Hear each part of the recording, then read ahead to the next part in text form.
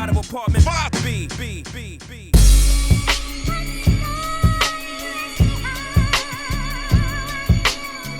You're now tuned into the Apartment 5B podcast, where we chop it up about hip-hop, R&B, sports, love and life. Hosted by Kill.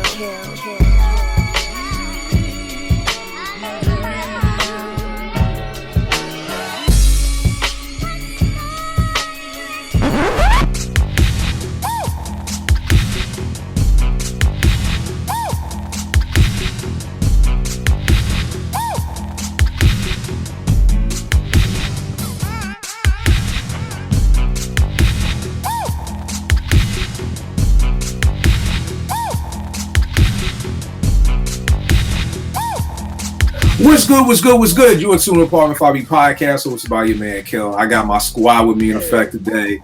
Porsche, I haven't seen you in 2 months, sis. What's good? All is well, just super busy. So glad to be here. So glad to see everybody. Yeah, excited. Rel, out of Philadelphia. We looking really good, bro, right now. It's feeling good in the city. Yeah, we the center of the universe right now, man. But happy to be here with all the people. It's a beautiful thing. It's a beautiful thing. But I ain't been on here in a minute. You know what I mean? Real. It's been a minute. Vegas, out of BK. What's good, bro? It's been a long week, man. Already. I see you. One thing. When the Yankees aren't playing, baseball season is up. Here he go when the Yankees ain't playing. JR, the R&B guru. What's up, bro?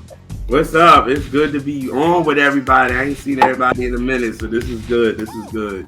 Yes, sir. My brother Trey Lee from Philadelphia. What's going on, bro? Yo, all is well, man. Good to be in the building, man. Good to see some faces, you know what I mean? So, all is well, man. All right. What up, Vern? LA. What's going on, baby? What up, man? LA now by way of Las Vegas, Nevada. God, right. You out in Vegas now, bro. What's good, bro? Everything's good. Man. Everybody. Everything's good. Y'all know me. Let's jump right into it. So this week, somebody asked me, Kill, why didn't Corrupt make your top 10 MCs out of Philly? I said, I don't look at that nigga as a Philly MC. Start a whole bunch of shit on the timeline. You know what I mean? And it just got to, me being like, when niggas, and I'm sure we've all dealt with this some way, somehow, wherever we're from, where niggas from the outskirts of somewhere want to claim wherever it is. So, I know niggas from Cheltenham, Willow Grove, Laugh Rock, Sharon Hills, Abington, they want to be like, yo, we from Philly. Nah, nigga, you not from Philly. Don't do that. You know what I mean? Like, look at where the fuck your mail goes. If it goes to Abington, Pennsylvania, nigga, did it say Philly? Well, nigga, there's a hint and a half where your ass is from. Yo, but what if I went to high school? Nigga, I don't give a fuck. Nigga, where do you get your mail to Philadelphia, Pennsylvania? If the answer is no, my nigga, you not from Philly. And I just never got that. So tonight we're going to be looking at MCs who, when you think about them, you think you equate them to a specific place, but they're not from that place. How do we feel about that? Does that make you look at them different as an MC? And all that stuff. A lot of my answers is gonna be the same because to me that's some nut ass shit. Like, I'm not gonna be like I'm from some place that the fuck I'm not. Like, that's just some nut ass shit. So as we go down this list, I think not that these people are nut ass people. I want to differentiate that. It's just some nut ass shit to me that you don't represent where you're from. So let's start with Corrupt, since he's the one who started all this hoopla. For me, I look at Corrupt as a West Coast MC.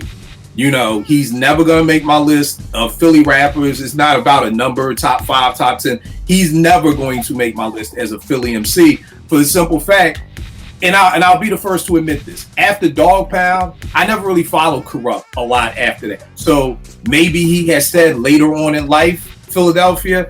Listening to Chronic and Doggy Style and Dog Food, I can't remember him ever saying Philadelphia. I've heard people say he said, "Oh, I'm from the East." Well, nigga, that don't mean Philadelphia. East is a goddamn direction. That's not Philadelphia. So I've never heard that. You've never claimed it on record. I've never had to question where's Biggs from. Why? Live from Bedford-Stuyvesant, the livest one. I never had to question, where Jay was from.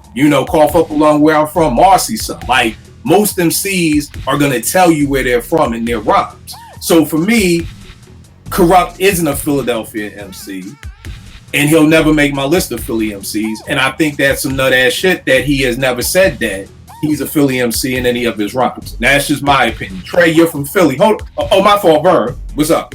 He has. Okay. He said it a lot, but I understand what you mean. I understand where you're coming from, because it's almost like he said it in passing, but he said it. That's how I knew, because when I first heard Corrupt, back in the day, he was from this crew called, they was called like the West Coast Avengers or shit. This was way before the Dog Pound and shit. I heard him rumbling this dude Philly that's out here in LA killing shit, but I know he said it on the Dog Pound album, and I know he says Philly MC something. I can't remember the verse, but I think it was on the Chronic, but he has mentioned. All right. Maybe I need to go back and listen to the Chronic, because I got into this huge debate with this cat, and he was like, he knew when he heard Corrupt on the Chronic that he knew he was from Philly, which to me is bullshit, because he was like, he sounds like a Philly MC, and I'm like, nigga, what the fuck does a Philly MC sound like to even say that? And then my first question was, bro, are you from Philly? Because there's gonna be a special way we're gonna be able to talk. And this nigga never answered the question. Found out this nigga's from Copenhagen, Denmark, or Denmark, Copenhagen, whichever one comes first. The nigga's from fucking Denmark.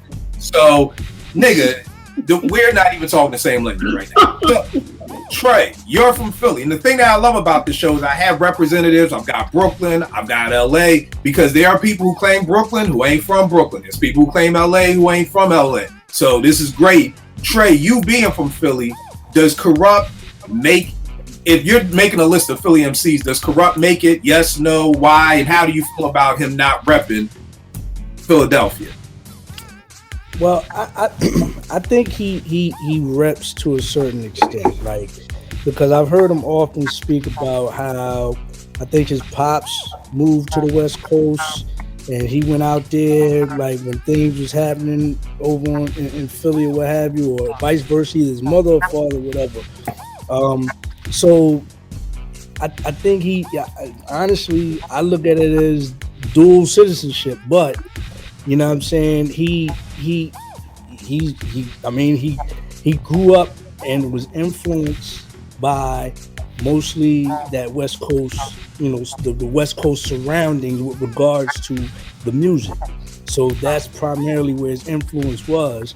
But I don't think he don't negate Philly. He don't, you know, shun away from Philly. You know what I'm saying? He just has, you know, he got dual citizenship. You know what I mean? Like, he has. Now here's the thing. Philly. Does this matter to you? Because for me, I don't want to hear about it in an interview. I believe as an MC, you should be saying where you're from, because that's what MCs usually have a tendency to do. Well, like Vern said, he's mentioned it a couple times, but he does mention West Coast more. He does mention the blue rag more. You know what I'm saying? He does mention, like, that's without a doubt. And I think that's because in certain part, like, I guess the more influential part of his life, he was on the West Coast. You know what I'm saying? Like, there's no denying that. Like, right. You know what I mean? So, but so if you're making a list of Philly MCs, does Corrupt go on?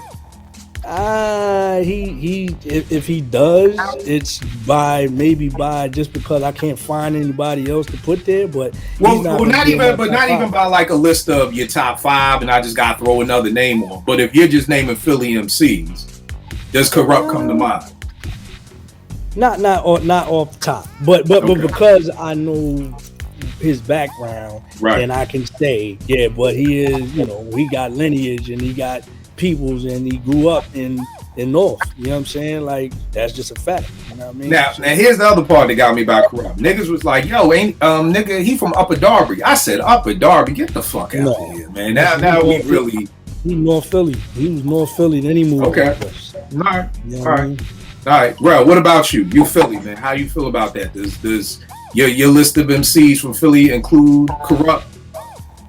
Nah, I remember when I found it out, I was surprised that, you know what I mean, because he was just West Coast. You know what I'm saying? Like, if I was making a list of Philly MCs, I would have to go sit back and think, oh, Corrupt from Philly. I wouldn't think of it. Wouldn't be second nature as I would all the other MCs from Philly. You know what I'm saying? He's you know, I get like Trey said, like his formative years were spent in Cali, you know what I'm saying, and on the West Coast, and you can, you know, he was heavily influenced by it, and he does a damn good job of, you know, rapping and doing his thing with that. Like when even like when he makes songs, he had made an album where he tried to appease both coasts. The best songs were the West Coast songs, you know what I'm saying, him over Battle Cat and stuff like that. Like it's just natural. So I just think those formative years influenced him to the point where he's a West Coast legend to me. Not All right, Philly. let me ask you this real quick, both of y'all. Do y'all feel some kind of way, being from Philly, that he doesn't rep Philly as he should? Because here's the thing. Maybe there's a line here and there. When I think of Corrupt, and again, this is just me, it's Chronic and Doggy Style. That when I think of Corrupt at his best, in my opinion, and again, like I said, I'm the first to say I kind of dipped off after Dog Food. Do you feel some kind of way that he doesn't rep the city? Nah, because again, like the formative years are in LA. He's Right. heavily influenced by it. So, you know, All right. you know, just take it with a grain of salt. You know what I mean? All right, no doubt. Porsche, what about you? Does Corrupt make your list of Philly MCs? Again, not a top 5 or anything, but if you're listing Philly MCs, is Corrupt on your list? Not even a little bit, like not even at all, because I'm like Rel, like I was surprised when I, you know, found out that he was actually born in Philly, because Corrupt is synonymous with the West Coast, with LA, you know what I mean? And it's because of, he reps the West Coast more. That's his whole entourage. His whole, I feel like, circle is all LA MCs or like West Coast MCs, you know? Like I don't ever associate Corrupt with any other Philly. I'm not like, oh, RJ Payne, oh yeah, and Corrupt. Like I don't associate them together. So for me, absolutely, Corrupt is just Philly by like birthplace, not by hip hop's like anything, reppin' or anything like that. So, all right, no doubt. Veg, what about you, bro? I agree with what everybody else said, because my assumption, at least initially, when I heard the Chronic, was that everybody that was new was from the West Coast. It didn't stand out to me that anybody was from anywhere else. And then come to find out, you know, Corrupt is from Philly. I think Rage is from Virginia, something like that. So it got to a point where it was like, oh, you know. But I will say this about Corrupt, right? First of all, he don't sound like he was raised in Philly at all, right? None of the slang is there, nothing. Straight West Coast. But when I did find out he's from Philly, I think a little bit of that East Coast bars is in him, because when you listen to the Chronic, nobody's rapping like that except for Rage. You know what I'm saying? And I think that's the Philly in him, the bars, right? The slang, the lingo from, you know, West Coast is all there. The culture comes out in his raps. But just the way he put his bars together on a technical level, that always felt East Coasty, right? When you listen to Stranded on Death Row, right, you can categorize that as an East Coast beat.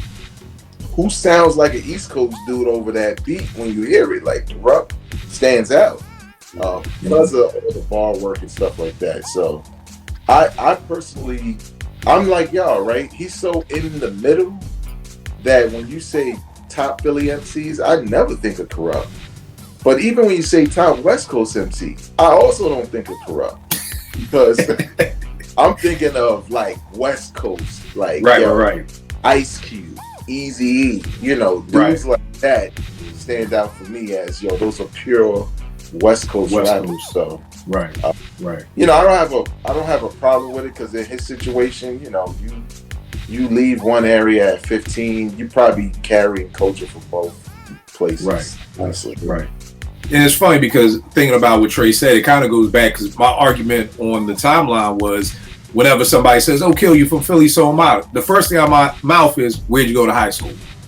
Because that's the tell sign to me if you from Philly or not. You know what I mean? So, like Trey was saying, him moving there and being in high school in LA and everything like that, I feel what you're saying. JR, what about you, good brother? I agree with all y'all. When I found out that Corrupt was from Philly, I was shocked myself. I was like, yo, he from Philly? What? Like, see, I think that's the part that killed me. Like, niggas on the timeline was like, oh yeah, I knew he was from Philly as soon as I heard him on Chronic. And I'm like, nigga, stop fucking lying. Stop it. Stop the cap. Ain't nobody popping the Chronic and be like, yo, he's from Philly. Like, stop. But my question would be is, who does he sound like that you knew right away that he was from Philly? Like, who is the Philly standard MC that sounds like the Philliest of Philly MCs that Corrupt sounds like that? You know what I mean? Like, and see, to me, that would be more so like Vegas was saying, the slang. Like, if I heard a rapper say John or ya mean or things like that, you'd be like, oh, that boy from Philly. You know what I mean? And Corrupt has zero of that. There's nothing, you know, that would even lead you, you know, into that direction. I'm sorry, JR, but I just was saying that was I disagree. Niggas was like, oh no, I knew it. I'm like, oh word, you know? Oh, okay, cool, sure. I'm gonna give a perfect example. When it was that whole thing that they were saying Lil Wayne was getting helped or influenced by Gilly and them. When I heard him say something when fucking with the bull, I said, oh, wait a minute. Time out. Right. Went on. Because no one says that except people. Like, yeah. And when he was saying some of the slang, I said, I don't know if they wrote for him, but something. He been around Philly people. The same way I got niggas on the timeline saying nut ass and, you know, stuff like that. It's like I say nut ass all the time. Sometimes being around people, you pick up on the slang or whatever like that. Now, so that's funny. JR, you're cool with that. West Coast Vern, talk to me, bro. What do you feel offended? Like, how do you feel because he's claiming LA? Do you feel some kind of way? Like, nigga, you ain't from LA. Well, but here's the thing. I don't know. Is he claiming LA? Has he ever said? Yeah, no. Okay. Corrupt is from the same neighborhood, the same gang as Nipsey. He's from 60s. He definitely LA. When we first heard Corrupt on a big level, us at home, we knew he wasn't technically from LA because niggas from LA wasn't rapping like that, technically wise. Like, you heard a difference in it, but like everybody's saying, you heard the slang, like the LA slang, but the technical aspect of his rhymes was like, yeah, this dude is kind of different, right? He kind of came at a time where niggas out here sounded, I don't want to say one way, but niggas kind of sounded one way, and he stood out. I look at it like anybody that's in like a military brat. It's kind of hard to, you know, have roots. Like, if he moved at 15 and spent the majority of his life in LA, then you're from LA. You know what I mean? Like, if I lived in Texas when I was 3 and then moved to LA from 4 to fucking 47, I'm from LA. You know what I mean? So I think, like Trey Lee said, it's like a dual citizenship because I heard him rep it, but I believe we claim him as one of ours. And I don't think we got a problem with that because it's a lot of them like that. Exhibit from New Mexico. Well, here's the thing. That because me and Trey were going back and forth, and Trey was throwing everybody. Trey like hit me with like 50 people. I'm like, we, you know, not really where you were born at, but when you think about them, does that line up to that? So was Exhibit in New Mexico? Like, did he grow up in LA? No, I don't think he was. Exhibit did not grow up in LA. But I know he grew up from. He's technically from New Mexico. He went from New Mexico. Then he went to Cleveland. He was in Ohio. He was Army brat. Yeah. Yep. Okay. All right. Well, that's a good example too. Vay, I got somebody for you. All right. Gangstar. Okay.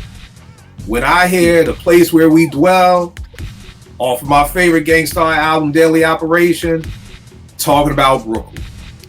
You throw on Hard to Earn, you hear The Planet talking about Brooklyn. Then you find out, well, I don't know when I found out Preem was from Texas. Guru has always said here and there Boston. You know what I mean? And The Planet, where he's telling you the story of coming to Brooklyn, he talks about it. But I know for years, niggas just thought Gangstar Brooklyn. It was synonymous. It was almost like these two go hand in hand. Veg, you're from Brooklyn. How do you feel about somebody repping Brooklyn that's not from Brooklyn?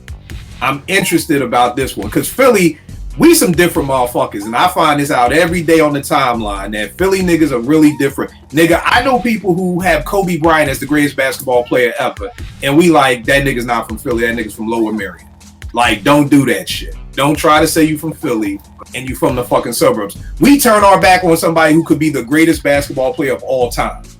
And we're like, nah, nigga. I know DC niggas. When Kevin Durant talked that DC shit, they were like, nah, my nigga, you from Seat Pleasant, Maryland. Take your ass over on that side of the road. And niggas be like, but it's right across the street. Yeah, nigga, what does your mail go to Seat Pleasant or Washington, DC, my nigga? It's very simple. Y'all try to make a fucking Goodwill Hunt math problem that's simple, 1 + 1. So how did you feel finding out these dudes ain't from Brooklyn? Do you feel some kind of way? Like, nigga, don't rap my borough, you ain't from here, or was it love? Like, how did you feel about that? Well, Gangstar is definitely one of my favorite groups. Daily Operation is probably top 5 albums for me. They are the most non-Brooklynist niggas I ever seen in my life. They are from Brooklyn. They're from Brooklyn. I mean, if you think about the boom bap New York sound, people think Premier, the nigga from Texas, Right. you know, and it's something about, I don't know if this was just them as hip hop heads or the time they spent in Brooklyn. I don't know if they were different when they arrived, but it's just something about Gangstar that represented Brooklyn so closely with their sound, the way they carried themselves, even Premier to this day, that when cats found out, nobody said shit.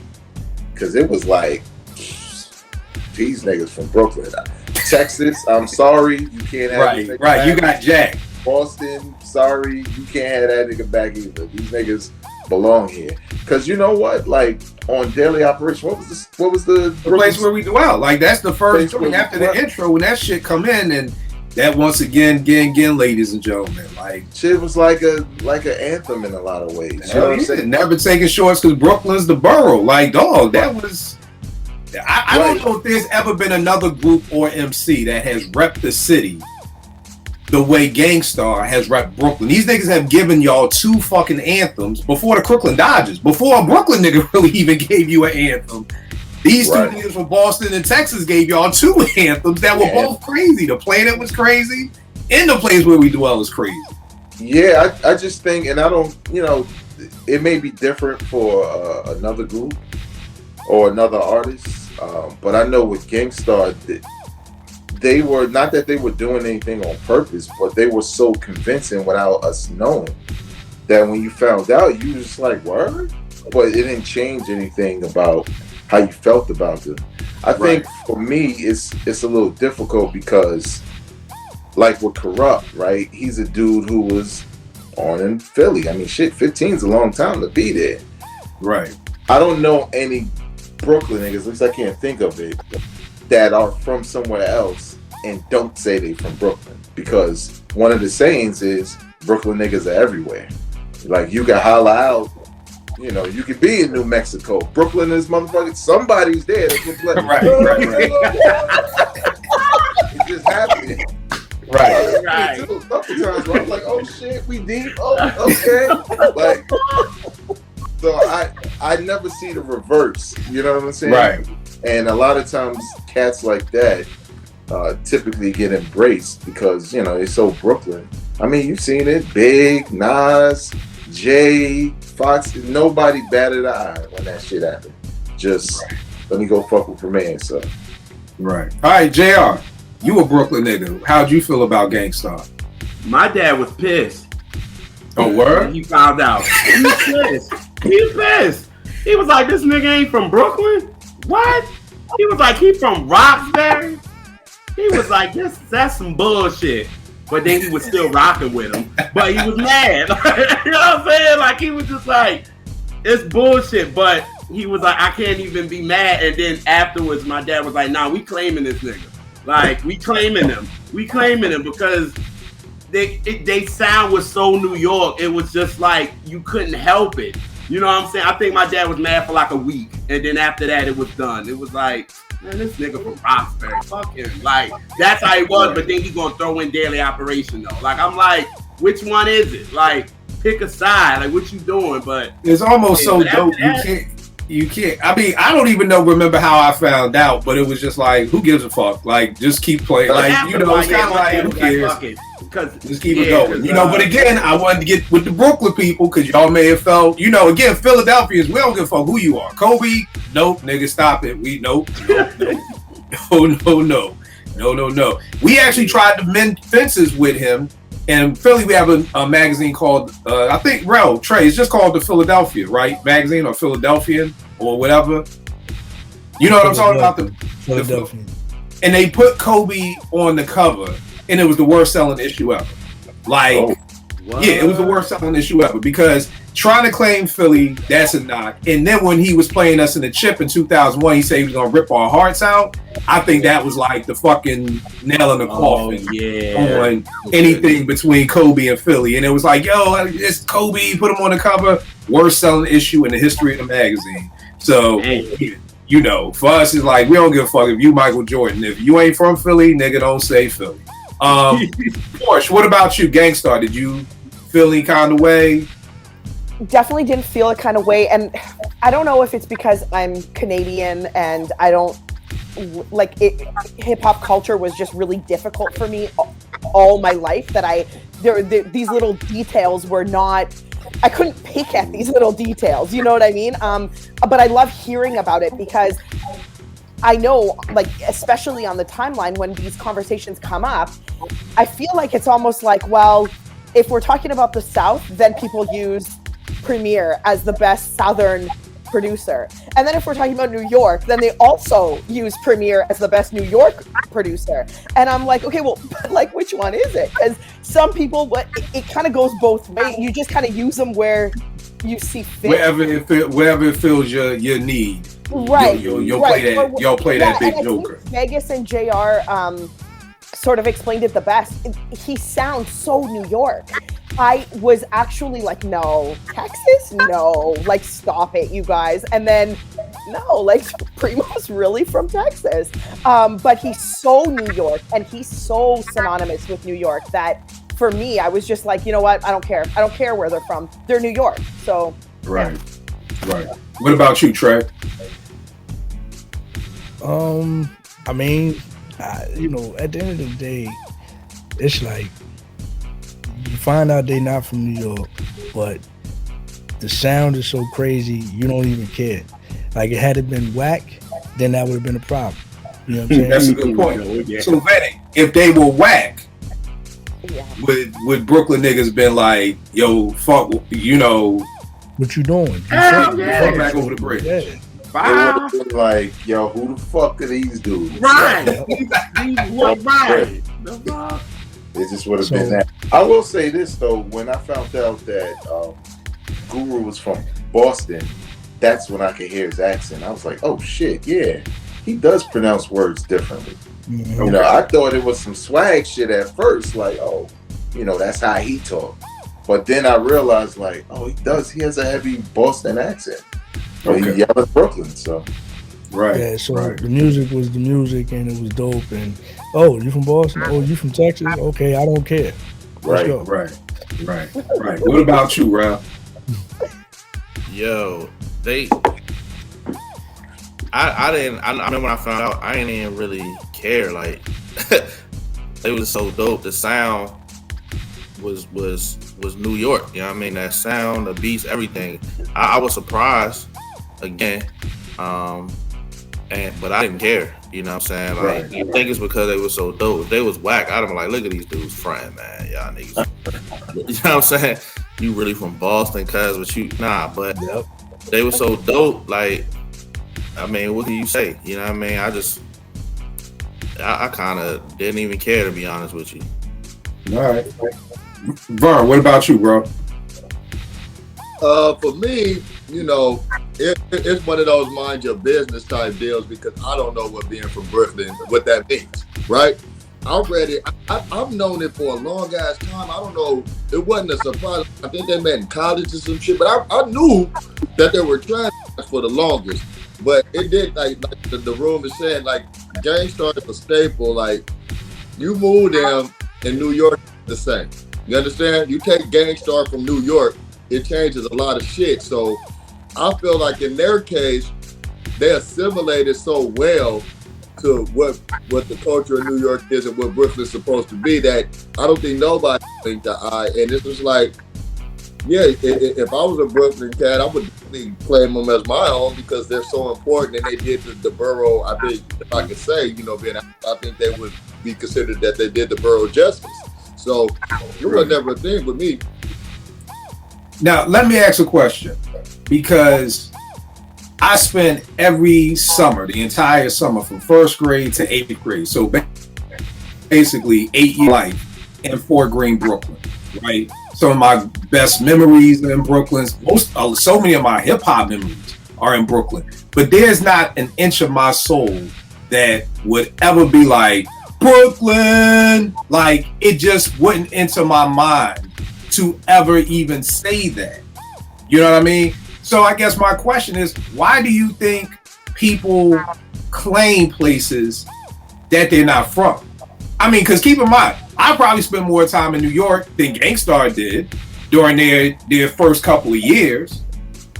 But I'm like, again, if somebody's like, when I got the Morgan, I wasn't like, yo, I'm from Brooklyn. I'm like, nigga, what the fuck? Like, again, like, just nothing in my head would make me say that. Or even on the timeline, people are like, yo, I'm from South Jersey, but I spent so much time in Philly that I claim it. And I'm like, no, don't claim it. Don't claim it. Nigga, like, you said it yourself. You spent a lot of time. That's what you can say. So you should say, yo, I'm from Jersey, but I spent a lot of time. We don't want you to claim us.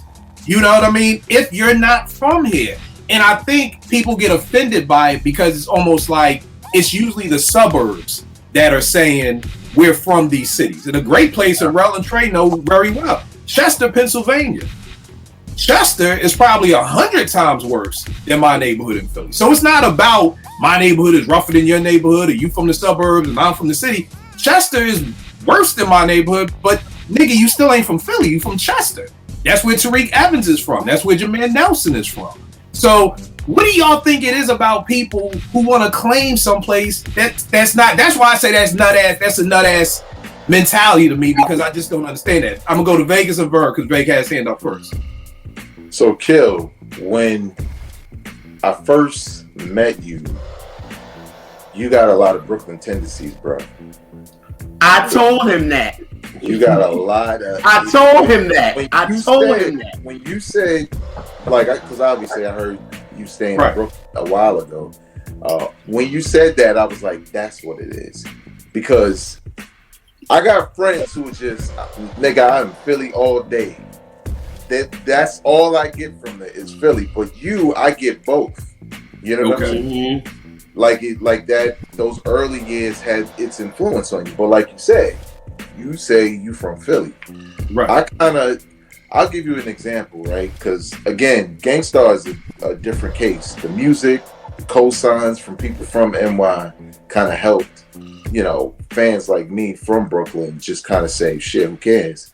But when I first came to Morgan, right, me and my man Jay, shout out to Woods, both from Brooklyn, we from the side. You know, you meeting people and stuff like that, and there's one cat who stayed in OC with us, was like, yo, what up? You know, I'm such and such, you know. I'm from NY too. Now, that was the first red flag. Yeah!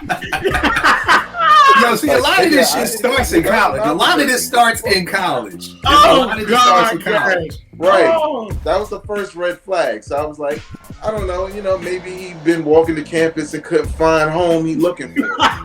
And he see it in us, right? So we like, oh, word, you know what we said. Oh, word, where you from? Babylon. You can't say that to two Brooklyn niggas. Because we like, son. Nigga, you're not from New York. Yeah. Even though he is. Right. But we talking about the city. But you talking about New York City. Right. He from upstate. And it's funny you say that. One of my homeboys came to Philly with me once. We all drove down. He was like, "Yeah, I'm from New York. We on South Street. This nigga could not parallel park to save his life." I was like, "Nigga, you are not from New York City, my nigga." He's like, "Oh no, I mean I'm from Syracuse." I was like, "Yeah, nigga, I can fucking tell. You can't parallel park for shit." So ain't no New York nigga that can't parallel motherfucking park. He had a little car, so I'm like, nigga, I think I said this on the timeline the other day. If you need help, like another human being need to get out the car to help guide you to parallel park, nigga, throw your driver's license the fuck away. That's always a telltale sign. Like Yeah. if you can't park parallel park, and you can't park in tight spaces in the city, then You ain't not from the city. Oh, well, that, Yeah, you ain't from the city. But Vegas, funny you say that because all through Morgan, people would be like, I was hooping my freshman year. Niggas like, yo, he from New York. I'm like, no, I'm from Philly. Fuck. So I feel you because I spent so much time in Brooklyn. But again, for me, I would never claim that. You know what I mean? Like, I wouldn't claim. So that's why I'm just trying to understand. Like, why do you think? Well, you know what? Let's finish some of the list before we get into why you think people do that. Next up, I got Ludacris. When I think of Luda, the first thing that comes out of my mind is Atlanta. So when I found out this nigga was from Chicago and just went to college in Atlanta, I was like, yo, what the fuck? Like, that would, Vay, you know, that would be like you going to Morgan and now from the rest of your life, you claim Baltimore. I don't think that's actually true. I think he finished high school. I think he finished high school in Atlanta. I think he moved to Atlanta. Okay, then that may be a thing. Somebody, the stuff that I read, and this is an example of how you can't believe everything on the internet. It was that he went to college in Atlanta. Nah, I think because his pops or somebody moved down to Atlanta. Wasn't he like 10 when he went to Atlanta? Like 13. Okay. So then that's a corrupt thing. And Luda, I take that back, my nigga. I thought it was you went to college and you claim that shit. So basically, I guess Luda falls in the same category as corrupt. Right. All right, cool. We can jump over him. We're gonna talk about one of my favorite MCs. I think he was the dopest MC walking planet Earth in 1996. Prodigy. I knew that was coming. Prodigy. When you think Mobb Deep, you think Queensbridge. We did a show saluting Queens MCs with all Queens panel, and niggas was saying Prodigy. And I'm like, this nigga has never lived in Queens. He lives in Hempstead, Long Island. He said this shit one time that I remember on Parties Over. He said some shit, blah, blah, blah, blah, blah, and I'm from Hempstead. And then it kind of just rolled the fuck off. But when you think of Mobb Deep, you think of Queensbridge, not Hempstead. Trey, you set us off. What do you think about Prodigy claiming Queensbridge? Because from what I heard, and correct me if I'm wrong, because I could be wrong, him and Havoc went to school together in Manhattan, and that they just would always spend time in Queensbridge. So he's not from Queensbridge, never lived in Queensbridge, just would hang out with Havoc in Queensbridge. Trey, what do you think about that with P? That's a maniacal laugh, good brother. What does that mean? Okay, so honestly, again, this is lawyer Tracy Lee coming out right now. This is the lawyer hat. Do you want me to come back to you, No, Esquire? No. Because I think again it goes back to the situation of Gangstar, right? If you don't make Shook Ones, if you don't make, you know what I mean, all of these bangers that, you know, tilted the scales of hip hop at a time, and you weren't considered to be in a period of time probably one of the top 5 MCs in the game, then yeah, it's a problem. But because you deliver this product, it's like, oh, you really not from there? Oh, okay, well, I guess I can gloss over that because you keep delivering bangers. So, you know, but we all know his whole persona was something different than what he was. You know what I mean? Like, you know, going to dance school and being educated and things like that. You know, he put up a front per se. You know what I'm saying? So it's like I see that, I know that, but you keep delivering this music. I ain't gonna bother you. You know what I'm saying? I ain't gonna hold you. You know what I mean? So That's now again, if the product wasn't crazy like that, then yes, that would be an issue. But at least I gloss over it because the bangers are the bangers and they speak for themselves. So that's just me. Bro, what you got, bro? I'm gonna disagree because, and like I'm a California cat, and a lot of people think people from LA, and they not. They from the outskirts, right? But with the Prodigy situation, I would think that it would have been okay for him to rep where he was from because EPMD came from Long Island. Long Island is reputable. It's not Queens from what I understand, but it's a reputable borough. Has some nice talent from out there. So I just don't know why he wouldn't rep. I mean, because they could have been a New Yorker. It's different from what Gangstar did. Like he was definitely from somewhere else, right? So I feel like if I'm a Long Island nigga, I feel some kind of way. Him being that dope and deciding not to claim home to go where he was hanging out at. I would feel some kind of way if I was a New Yorker from Long Island, right? But with the Gangstar shit, it was just different. There was 2 transplants that moved to a borough and adopted it, and the borough adopted them. So with the Prodigy thing, I was like, because like shit. Eric Sherman was one of my favorites. I love A+. He was from Long Island. Long Island has some facts, you know what I mean? So I thought he. Oh, Long Island got Rakim. They got Daylight. They got PE. Right. They got. Yeah, the list goes on and on. Right. So there's a lineage of Long Island that I thought he could have added to if he saw fit. So I just never understood, why he didn't, because Long Island ain't. I don't know. Maybe in you and JR, I don't know if y'all consider it corny or not, but I thought it would be okay for him to rep his home. But it didn't bother me. I'm a Mobb Deep stan, so I don't love Prodigy, but I thought he could have repped home. Yeah, and I'm similar to you. Like I said at the beginning of the show, to me it's some nut ass shit because rep where you from. You know what I mean? Like I never understood it about, and again, I think so much of this, I've seen it growing up in my neighborhood. I'm from Uptown Philly, but growing up, a lot of people would always want to be like, yo, I'm from North Philly. Because North Philly was the toughest part of Philly. Or I'm from Southwest. Or my grandmother lived in Southwest. So I've seen niggas who are from Philly want to lie and say they from another part of Philly just to be tougher. You know what I mean? So it's just like, goddamn, you got people who aren't from the city lying to be like, I'm not from that city. And I've seen it sometimes when I came to Morgan with niggas from Queens. A lot of Queens niggas, because Queens to me is very representative of where me and Rella from, where there are more houses. And people think, because it's houses and it's grass, that shit is sweet. So I know Queens niggas who claim Brooklyn because Brooklyn, to me, when hip hop first started, it was the South Bronx. To me, that was like the roughest part of New York you could be from. But then by the late 80s, early 90s, it was all Brooklyn. Like that was the Brooklyn keeps on taking it type thing. So for me, like you said, Vern, I thought it could have been like Das Effects because Crazy Drazy's from Brooklyn, Books is from Jersey. He says that they have a song called T-Net, Brooklyn to T-Net. Yeah. So it was never, but when you looked at Das, they both look like they from Brooklyn, but Books made it very well known, I'm from Jersey. You know what I mean? So what's up, Trey?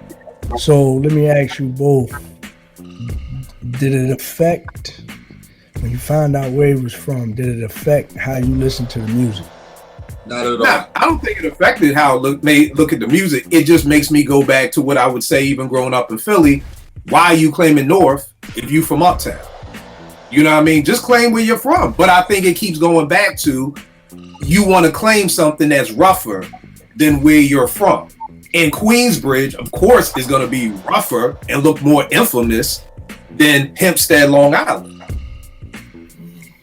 You know what I mean?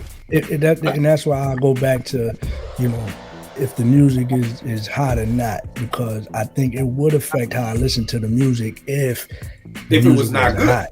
Exactly. Right. But I mean, I'm just with Vern from the standpoint of, again, at the end of the show, it's all going to just come back to the moral of the story is, what the fuck is wrong with people that they don't want to rep where they're from? That's really the moral of this whole story. You know what I think it is? And we'll get to it. Hip hop did this. I mean, not hip hop. The industry did this. The industry, because you had to create a certain persona. You did what I mean? But we'll get to it. All right. I'm going to write that note down. Rel, what do you think about P? I know you're a big Mob fan. Yeah. So, I'm gonna Vern a little bit. Like I don't know why he didn't want to rep Long Island. Like that's not like it's not like he was from Connecticut, South Dakota or something. You know what I'm saying? Like, but I will say this: if that hood, those projects, those people accepted him to do that, then who am I to have an issue with it? He was able to get that off. They adopted him as their own. Then, what am I? What can I say about it? I wouldn't do it. You know what I'm saying? Personally, you know what I'm saying? Cause you're right. Like our name, where we from, Uptown, that's not really considered one of the tougher areas in Philly. You know what I'm saying? Like, but I ain't never been like, yo, I'm from North. You know what I mean? I'm from Uptown. That's where I'm from. You know what I'm saying? So I would have just been cool with that. You know what I'm saying? I think with him, I think he probably got just enamored with being there and got caught up in that and like, yo, my man from here, yo, we from Queensbridge. Like, that's, it fits the image that we trying to portray. But tell me this: if Prodigy's from Uptown, do you feel some kind of way being from Uptown that he's not claiming Uptown? I would. Okay. All right, because I definitely would. I definitely would feel some kind of way about that. Snap, I should go out. Yeah, you back now. You back? Yeah. My bad. Can you hear me?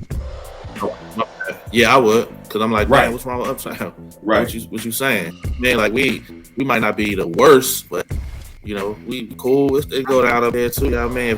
If that's what you want to portray. I mean, like, that shit really ain't important to me. You know what I mean? You know what that shit is like to me? That shit is like you not claiming your girl. Like you got a joint, and then you bring around your friend. That's my young joint. Like, nigga, I'm your girlfriend. Like, nigga, why you like what? Why ain't you claiming me, my nigga? Like, I'm good enough to smash, but I'm not good enough to claim around your friends. But I'm your girlfriend. Type thing like that. Porsche, what do you think with Pig? I just think it's a Mobb Deep thing. They remember Mobb Deep releases Juvenile Hell, and it was. And we forget about that. We all give them a pass. And we give them a pass because, like Trey said, they just came back better than ever, gave us bangers better than ever. So we're like, okay, you know what? Juvenile Hell never happened.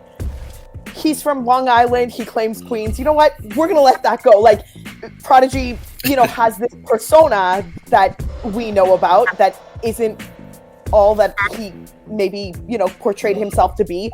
We're okay with that. It's P. Mobb Deep is just a very well-liked duo in hip-hop. Like, they're just a very if you think about this in its context, Mobb Deep got a lot of goalposts moved for them. And I love Mobb Deep. They're on my, I absolutely love them. They're top duos of all time for me. So I don't have a problem with that. It does not matter to me at all where Prodigy's from. He could have been from South Dakota. I would have been like, that's dope. That's dope as hell.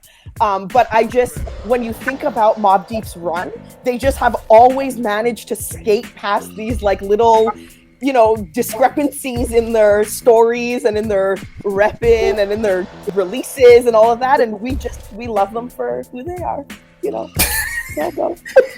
JR, what about you, JR? If you from Hempstead, you feel some kind of way? Like, nigga. I got cousins that's actually from Hempstead that knew Prodigy. And they felt some type of way. They didn't even listen to Mobb Deep at all. Because they was like, yo, how you not repping? We know you from out here. Like, you repping another borough like that? Like, this is what this is? Like, you from, and just like you said, you got Rakim that's from out here. And you can't rep us, but you repping them? You repping Queensbridge. Like, so, like, anytime, like, because I would listen to Mobb Deep and they'd be like, yo, turn that shit off. We don't fuck with him. Like, that's how, like, pissed they are with him. You know what I'm saying? So, like, when he even passed, they was like, yo, he a ill MC, but they was like, yo, we wasn't feeling him because he wasn't repping home and we knew him. So, yeah. I can say it reminds me of, I was talking one time when Jake One was on and he was saying how once the Sonics moved to OKC, he stopped fucking with OKC. Like, you know what I mean? Like that's no longer Seattle's team, you know. So in my mind, I thought it was like, oh, okay, I thought y'all would have followed them. Like, you know, Kevin Durant got drafted in Seattle, the team moved, and he's like, nah, fuck that. You know, Seattle don't got no team. I'm not rooting for OKC because they was our team and they left or whatever like that. I can't tell you this. If P was from Philly, he would have gotten robbed. He would have gotten robbed. I put that on everything I own. That nigga would have gotten robbed for not claiming Philly. He would have got robbed a couple of times and beat down a couple of times. Veg, what do you think about P being from Hempstead? If you're from Hempstead, are you offended? Yeah, I would be, because I feel like rap, like, you know, why you can't rap home? Like, what's the problem?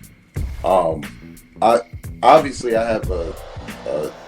a different perspective on it because of my time spent in Queensbridge and family in Queensbridge, knowing a lot of Queensbridge cats. I think for the most part he was accepted, probably by the right people, so it made it cool. But believe you me, even some of them right people, the minute he slipped up, they was like, nigga, you not even from here. Like, you know, that's the first thing out their mouth because of it. Honestly, I felt the same way. I always thought it was a little weird because, like you gave the Das Effects example. I mean, look at Capone and Noriega. Capone's from Queensbridge. Nori been saying left rack. Right. Been saying left rack from the beginning. You know what I'm saying? There was never no discrepancy of it. It's never no Queensbridge. Nori even said, even though he said left rack, niggas just thought he was from Queensbridge because he was what Queensbridge dude and Mobb Deep and all of that. So, and I remember him saying he had to keep saying left rack because the niggas in left rack was like nigga, like. Right. Like, yo, now you from the bridge? Oh, word? Oh, okay. Right. But yeah, I honestly, I don't have too much of a problem with it for the same reasons, because the music, he repped the place where he was at, you know, so be it. But I think in a lot of ways, I think for Prodigy and Mobb Deep in particular, it's easy in the same way as Gangstar, because that Mobb Deep sound kind of gave Queensbridge an identity musically, because we saw the acts that follow in that dark, you know, piano, you know, that real dark sound, the Thun language, you know, you got a lot of culture of Queensbridge from Mobb Deep. So you couldn't say like, well, Prodigy doesn't really rep that, because he repped it hard. So I think it's just one of those things, man. It kind of becomes, you know, it depends on the person. I'm pretty sure there's somebody who just never, because he wasn't from Queensbridge. So, and here's a good thing too to think of: do we get that P if he's not in Queensbridge every day?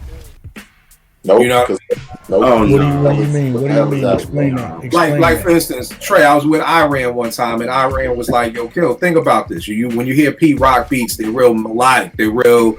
When you think about Mount Vernon, it's houses, it's trees, it's this. You know, you look at Premier. You know, it's dark, it's projects, it's more hood oriented. So he was saying, like, you know, you sometimes have a tendency to make music linked into where you're at. You know what I mean? So maybe we're getting all of this Prodigy that we know and love because he was in Queensbridge versus being from Long Island. I mean, when you think about Long Island, we could talk about all the incredible groups we have out of Long Island, but none of them would know fucking Queensbridge Murderers type music like that. You know, that wasn't coming out of Long Island. Maybe because, not saying, because I know niggas from Long Island, I know Long Island got some shit with them, but when you're thinking of the De Las and the EPMDs and the Public Enemies and the Rakims, none of them are like on some old when my gun bust and when this, you know, all of that stuff. So maybe we don't even get that Prodigy if he stays in Hempstead and doesn't come to Queens. Still not saying that he still could have said some shit about Hempstead. You know what I mean? But just maybe we don't get that same Prodigy. Like, I don't know if you write the same raps growing up uptown in Mount Airy that you would in down north. Oh yeah, you're definitely a product of your environment. You know what I'm saying? You're a product. You write according to what you see. You write according to what you experience. You write according to, at least, you know, the dope MCs. You write according to, you know, your surroundings and things like that. So, I mean, to your point, if he's not in Queensbridge, then no, you're gonna get a different perspective. I mean, but he's with Havoc, so you know what I'm saying. That that is his bridge. No pun intended. That is his bridge over the Queen's Bridge. You see what I'm saying? So, he's just gonna give you his perspective for what he sees, what he's around, what he's experiencing. So, if he's not there, then you're not gonna get that. Right. It's funny. Somebody told me the other day, and I never knew this. Tell me if this is true, y'all. Ali Shaheed is from Brooklyn. That's true. Okay. And the thing was, it's funny because I'm like, well, that nigga never said it. My man was like, nigga, he don't talk. He the DJ. So when would the nigga say? When would he say Brooklyn? But when you think Tribe, you're like Queens. Like, nah, this nigga's from Brooklyn, but he never said shit. Like he's like Jay and Silent Bob. Like he's like, Ali's like Silent Bob. Like nigga, when would I say something? What you gonna say, bro? I'm gonna get to you, man. But the weirdest shit, like Ice Cube, bro, straight out of Compton. He wrote all them verses. He's not from Compton. Trey, we gonna get to that. No, he's on the list. He's on the list. Hold tight with that one. Hold tight with that one. We gonna get to that. Trey hit me with that the other night. I was like, get the fuck out of here. So we gonna get to that. We gonna get to that. Bang, I'm sorry. What were you gonna say? No, just real quick, the Ali Shaheed Muhammad joint. I found that out when they did the Oh My God video because it was around the corner from my block, and I didn't know at that time that that's where he grew up. His family was still on that block. That's why they did the video on that block. So I was like, oh, he mind you, I was on the set. Nigga didn't talk. So my man didn't because I was pissed. I was like, what? Motherfucker from Brooklyn ain't never said it. Like Ali never said shit. So, but good point. And it makes me think about even when people talk about the Roots. And I always tell people when the Roots first came out with "Do You Want More," I can't speak for all of Philadelphia. Niggas that I knew wasn't fucking with the Roots because it was like, I ain't heard shit about Philly.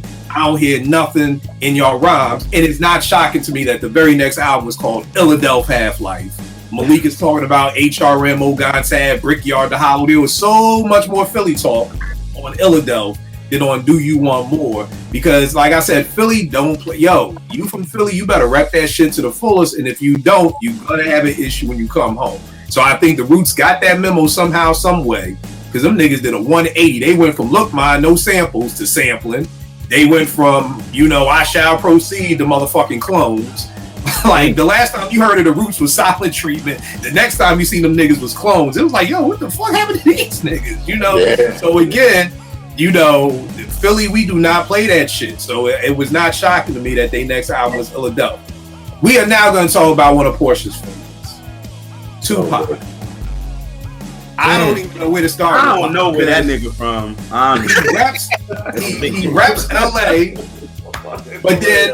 but then Ray jumped in and was like, well, don't forget Oakland, because he repped Oakland, but then he repped LA, but I think he's from Baltimore, and then niggas was telling me he was in New York for a minute. Yeah. So he's from New York. He's from New York and then went to Baltimore, I think. And then but if we just let's just for shits and giggles use my high school analogy. If I'm not mistaken, that him and Jada Pinkett Parents Just Don't Understand video was from Baltimore. So that's high school. Yeah. So he went to high school in Baltimore. So, Porsche, what are your feelings about Pac? Do you feel like Pac didn't rep where he's from? Was it this a military brat thing like Vern was saying? Is it kind of like, hey, is it the Rakim lineup? It ain't where you from, it's where you're at. So when I was in Baltimore, I'm Baltimore. Then was his name MC New York or something? Yeah. Then, then you went to Oakland. And I guess you got to rep Oakland. I always just think of the nigga New York and Atlanta, or ATL, the movie with T.I., where it was like, he's from New York. His name was New York. You could tell he's from New York or whatever like that. So is that what it, do you feel any kind of way about Pac? Where do you think Pac is from? Let me ask that question. When you think of Pac, I just say West Coast, California, because Pac is a wild card, and it kills me because this has been like the biggest divisive thing for fans like ever, because it's, well, no, he's from New York actually, and no, but he was in like Baltimore, but then he's LA, and then no, but he's Oakland, and everyone has an opinion and everyone kind of claims Pac to be where they want him to be from out of wherever he was. And for me, Pac is just, he is synonymous with California because, and LA mostly for me, even though he, talks about Oakland and really talks about Oakland a lot. For me, he's LA, and it's because I just feel like that's where he repped the most. That's where he ultimately portrayed that he was from, in my opinion, as a fan. And I've been listening to Pac since the beginning, like the beginning. So for me, it's always been, I never heard any other sound from him except for LA, California, West Coast. Like Pac, like he's New York or he's East Coast when people just, I feel like, want to be really technical. I don't care where he's born. He is like, you cannot tell me that in any of Pac's music that he is like, just screaming New York. I don't know. That's just me. All right. Vern, you're from LA. Again, just like with Corrupt, what do you see Pac as? And do you agree that he's LA? No. Pac, if anything, Oakland. Okay. Like, just being an LA dude, and this is no disrespect because I'm super duper far removed from that perspective, but a lot of people on the coast, we call them transformers. Pac was 24, 25 years old, got out here and started acting like it. The thing was, it wasn't that he went from LA. He came out here and he started gangbanging. And that's a fucking no-no. You understand what I'm saying? You can't come 23, 24 and just, I'm a blood now because I'm shit. Right? It don't work. It don't work like that. And niggas in the streets never respected it. And that had to do with his demise ultimately, because them Compton niggas that got him, they weren't just mad because he was with Suge. They was mad because he's doing all this Compton talk and he ain't from fucking Compton. Right? When I got to Tupac, my favorite Tupac album is Tupacalypse Now. He was representing Oakland with the Brenda Got a Baby, Soldier Story, Trap, and all that. When I first saw Pac with Digital Underground. So I personally always consider Tupac from Oakland. But I can agree with Port where overall, it's like, none of his musical stuff was done on the East Coast. It was mainly California, and the majority of the later years was LA. So I can't argue with Porsche on that. But I would definitely say he belonged in California. I would say Oakland more than anything else. That's when we first saw him with Digital Underground. His debut album, he was repping Oakland. The Brenda Got a Baby video in Oakland. You understand what I'm saying? So I would say Oakland. And I'm like, Port in the fact that people, New Yorkers only claim Michael Jordan because he's Michael Jordan. You understand what I'm saying? I don't know if he grew up in New York. I just know Michael Jordan is from New York. I thought he was just born in New York. I didn't even know he's technically. Because that's the problem. You got people who are born somewhere, but they're not from. Yeah, Mike from North Carolina. You know what I mean? Like, I know, like, Mello was born in New York, but the nigga grew up in Baltimore. I know he's from North Carolina, but I hear New Yorkers claim him because he's fucking Michael Jordan. So of course you're gonna claim him, right? You know what I mean? Because he's the greatest. Yeah. But again, that's the difference with us Philly niggas. We ain't claiming nobody who fucking ain't from Philly. We don't give a fuck if you the best or the worst. Fuck them. They not from here. Pac, because of his greatness, a lot of people want a piece of him. So there is sects of LA that's, Pac was LA. There's Oakland, he's from Oakland, Baltimore, Kansas, born here. Because he was such a big presence, everybody wanted a piece of him. But I believe, like, if it was a trading card, his origin story, it would say, I would bet it would say Oakland.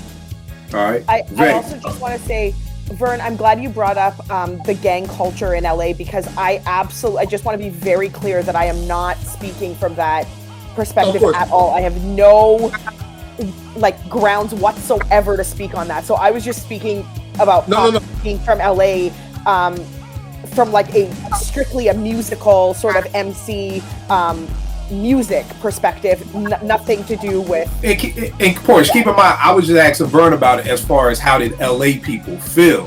Like, did they kind of like? I'm really glad he brought up gang culture, because I know that ties in very heavily into Pac's life. But I just want to make sure that there's no misconception. I'm only strictly speaking from a musical MC standpoint. Pac to me is LA through and through. So. And let me just say, I definitely respect that, and that's a problem here, because that one element blurs the lines on so much. If you just took that away, we can concentrate on the music. But it's just part of our ecosystem here, so I have to count it, because that's what's happening on ground zero. That's what I've heard in the streets, coming up, listening to Tupac and all that. So that's just how some of us over here judge that situation. Like what Kill is saying, I could never just say, hey, I'm from Compton. That would get my head blown off. Period. It's just that simple. You know what I mean? You rep where you from. And if you can't have nobody vouch for you, like Pop couldn't have never got away with that if he was running around with Ice. He had to be with Suge. You understand what I'm saying? None of that shit would have flew. So it's just part of our, you know, fucking bad part of my history over here. But that's how, you know, we add up and score over here. All right, Vic, what about you? When you think Pop, where you go? I agree with Vern. I think Pop repped LA heavy in the Death Row years, but when you listen to, and I'm sorry, real quick, where is that? Like with Pac and Death Row, we talking 3 years? Y'all know I wasn't the biggest Pac fan, so like what? Yeah, but how, like from Suge to his death, when he's repping LA, like how many years is that? 3, 4, or 2? As on me to his death, I say about a good 4-year run. Okay. Something like that. All right, so 4 years. Okay. Yeah, he's kind of like some of the other people we named, except he has this difference where he has these roots on the East Coast, right? Because he was born over here. He wasn't a baby when he went to Baltimore, and stop in Baltimore was short. It was like go to Baltimore to high school and then you go to Cali. You know what I'm saying? So I think the influence is stronger on the West Coast, but he also has a lot of ties to the East Coast, right? Stretch is from Jersey, you know, a couple cats in the Outlaws from Jersey. Like there's a lot of East Coast cats around him that we assumed because of the affiliation they was automatically from Cali.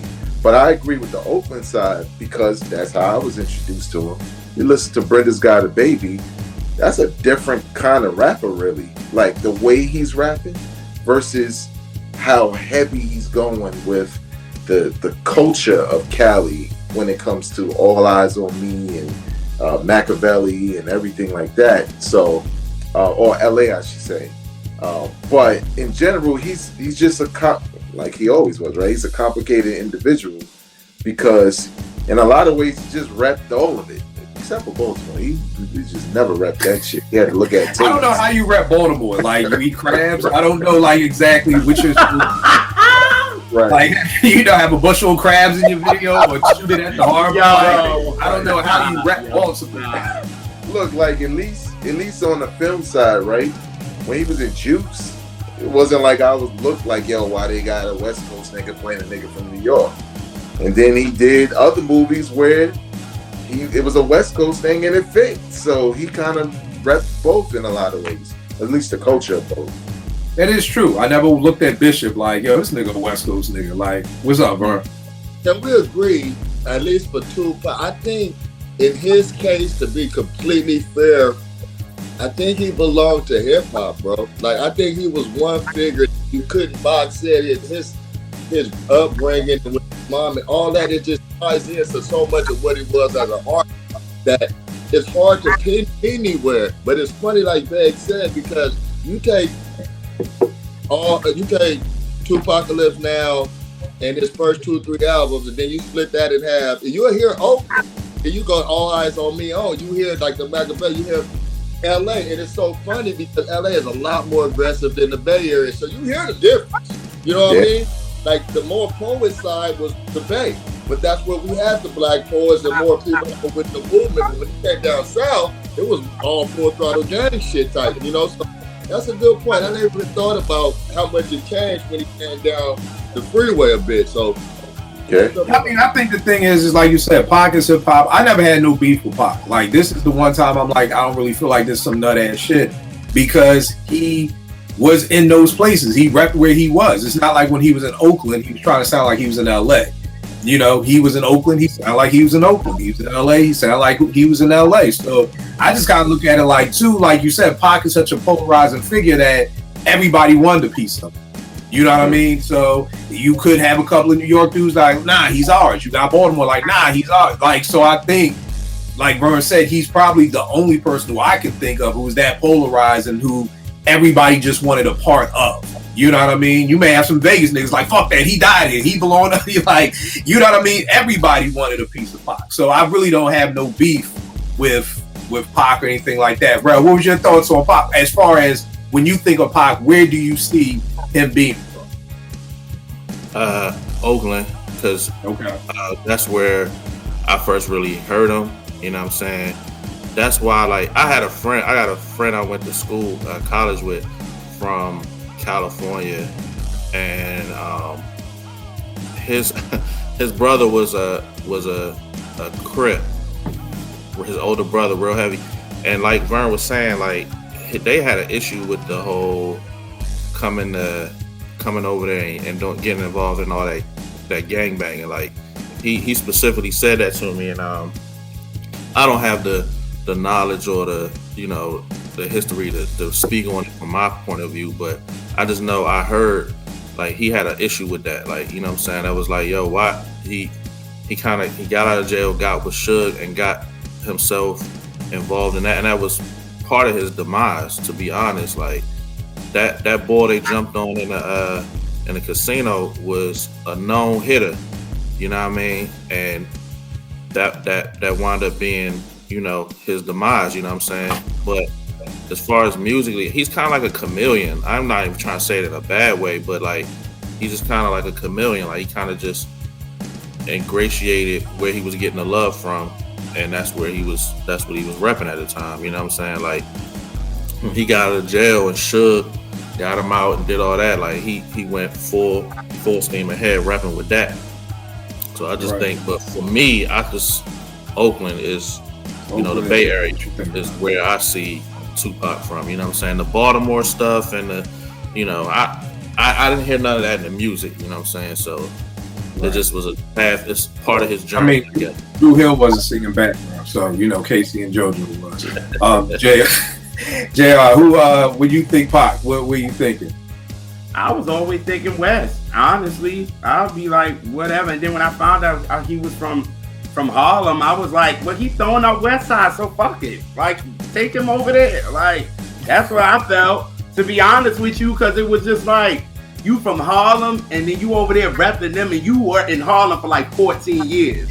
You didn't go over there when you were young. Like, you didn't leave Harlem when you were young. I can't even keep up with Pac, because I didn't even know he's fucking from Harlem. Like, this I'm finding out shit. So it was like, and then now you saying West, and you doing all this. All right, well, fuck it. Listen, Jay, what this show has taught me is that JR's family does not mess around. They're worse than people from Philly.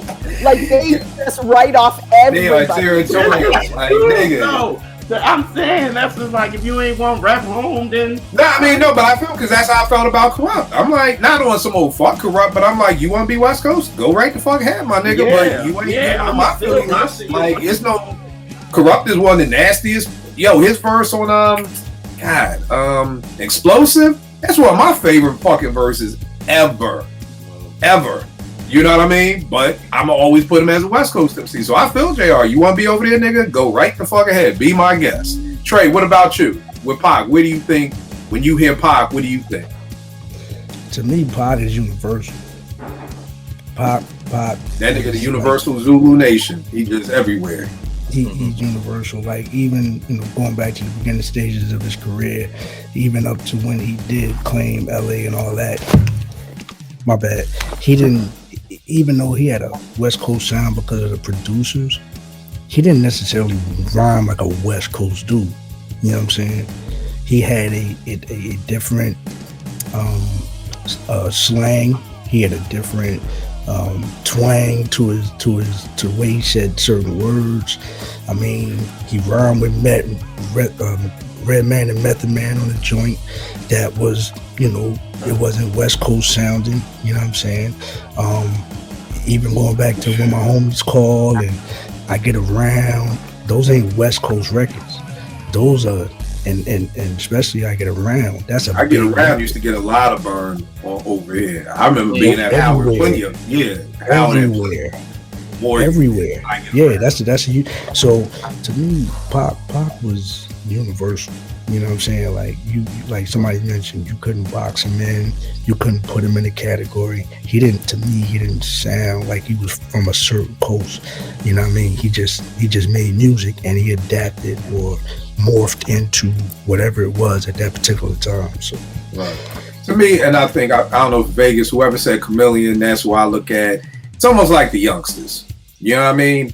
I felt like whoever the youngsters, whatever was hot at the time, that's what they sounded like. They came out, they were fucking kids. Next time I seen these niggas, they had bald heads and they was from Jersey.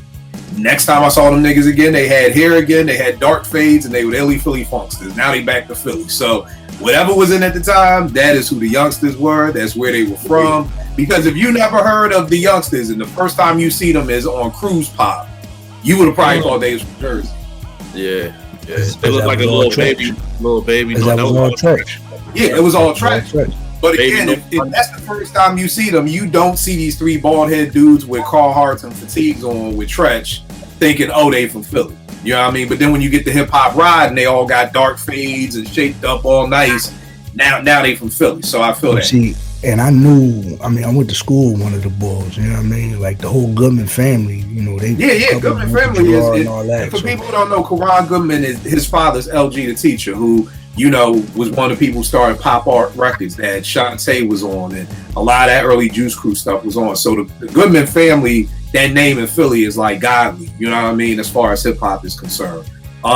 Next up, I just found this out recently, and I don't know how this slipped past me. GZA, Old Dirty, Master Killer, they're from Brooklyn. I had no idea. I just assumed all of Wu was from Shaolin. My man is like, yo, Brooklyn Zoo. I'm like, I don't fucking know. I thought he just made a song called Brooklyn Zoo. Yeah, I've never heard. I mean, call me stupid. I'm fine, but and by the way, Meth is from Long Island, just so you know that. And see, I thought everybody from the Wu was Shaolin. I had no idea. Yeah, Method Man was born in Hempstead. Charlie, What's up? Hulu joint when he was playing rugby. Right. But I mean, this is a recent series of events for me, and I'm kind of stuck because I'm like, wait a second. So who the fuck is from Shaolin? It's just RZA, Ray, Ghost, and that's it? Master Killer and all the rest, I think. No, I think Master Killer's from Brooklyn. Master Killer's from Brooklyn. All right, I think You God is Shaolin. Where's Capadonna from? Is Capadonna really Wu? I mean, he is because he had got locked up. He got locked up. Okay. Supposed to be All there, right. right? So they almost like, so it's just really Meth is Long Island, GZA, Old Dirty, and Master Killer are Brooklyn. And then everybody else is Shaolin. Mm-hmm. All right. Does that shit matter to anybody? No, because the majority matters to the Brooklyn niggas. Well, wait, but hold tight, bro. Let me go to the Brooklyn people first. See, the Brooklyn people, they have something to say about that shit. So the Brooklyn people, you know, you've got GZA, who some consider one of the best MCs ever. I know a couple of people who have GZA in their top 5 list of the greatest MCs. That's my guy right there. That's ever. my guy. And for years, if you would have asked me, where's GZA from? I'm saying Staten. GZA has never made a list of Brooklyn MCs. I've never seen a list come out of Brooklyn MCs with GZA's name on it. So vague. How does that make you feel being a Brooklynite? Makes you feel great. I mean, we got them all, man. We did the show on all the Brooklyn cats. You know, you see the list. You know, from Most to Busta, all of them. But I will say this: I knew Genius was from Brooklyn. I didn't know Old Dirty was from Brooklyn until Brooklyn 2, and a lot of it got confirmed for me because a friend of mine's from high school, that's his family. And he was like, yeah, you know, like RZA kind of is too in a sort of kind of way also, because, you know, their family, most of their family is in BK. It's just that, you know, RZA and his family was out there. So I was like, oh, wow, okay, you know. But do you feel some kind of way that he's never said, and again, correct me if I'm wrong, has GZA ever gotten on record on Liquid Swords and said, and said, I'm from Brooklyn. Not this happened in Brooklyn, but I'm from Brooklyn. Like the way Biggie or Light, or how do we know all these Brooklyn MCs are from Brooklyn because of what they talk about on the mic? Has Jizza said that on Liquid Swords? Do you listen to Liquid Swords as an alien and you walk away saying, this man is from Brooklyn, the way you would with Biggie, Jay, Light, Special Ed, Black Moon, Smith and Wesson, all the other Brooklyn MCs? It's a little bit different because I think that's just not Jizza's style to constantly say shit like that. I was gonna say that. That's just not his style, but he's let it be known. Like, that's where I'm from. And then come on, man, you saw Protecting that video, man. He coming out the shadows with the hoodie. I was like, that's a Brooklyn nigga. Nigga wasn't even invited. He just came out with the hoodie and shit like Tommy and my motherfucking boy. Like, okay. But nah, I you know what, I kind of looked at it like, you know, you see the DNA of BK, because I'll tell you like this, even though Jay said Marcy, we knew he was from Brooklyn, there's a lot about Jay that's not like Brooklyn. He's more like a Harlem cat. That part. The way he come across. That's a whole fact. That's facts. Right. He comes across different. Like, Kill, you know, me and we love MOP. Yeah. Everything about them. MOP screams Brooklyn. Brownsville, screams it. Biggie too. Yeah, Biggie wasn't even asked. He like, Brooklyn, we did it. It's like, nigga, you won, but fuck it. You know.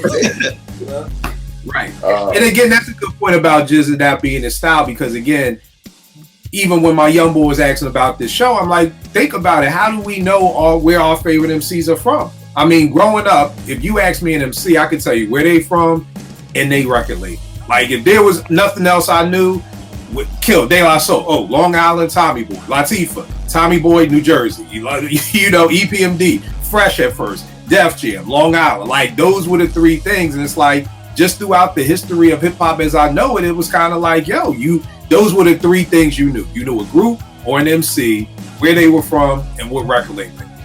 You know, LL Scream Farmers Boulevard. We find that shit on the map. Queens, Run DMC, Scream Hollis. Queens, you know what I mean? Pharaoh has a song called Queens. So it's like, that's the thing. Like with hip hop, that was just what you do. You somehow, some way, I don't know why it is, Vague, you're an MC. Listen to your first album, Me and Yours. The gray area is Brooklyn. You know what I mean? Like, so maybe that's something we could touch on with the MCs in the room. I'm sorry, before we go there, JR, you're a Brooklyn nigga. How did you feel about Jizza not? See, I'm not the biggest Jizza fan. Like, I knew them as a collective, and then I knew that ODB was from Brooklyn, and that was it. And I knew that Method Man was from Hempstead. But other than that, I looked at them as a collective, so it really didn't really matter to me, honestly. All right. So, Porsche, what about you? I know you love Wu.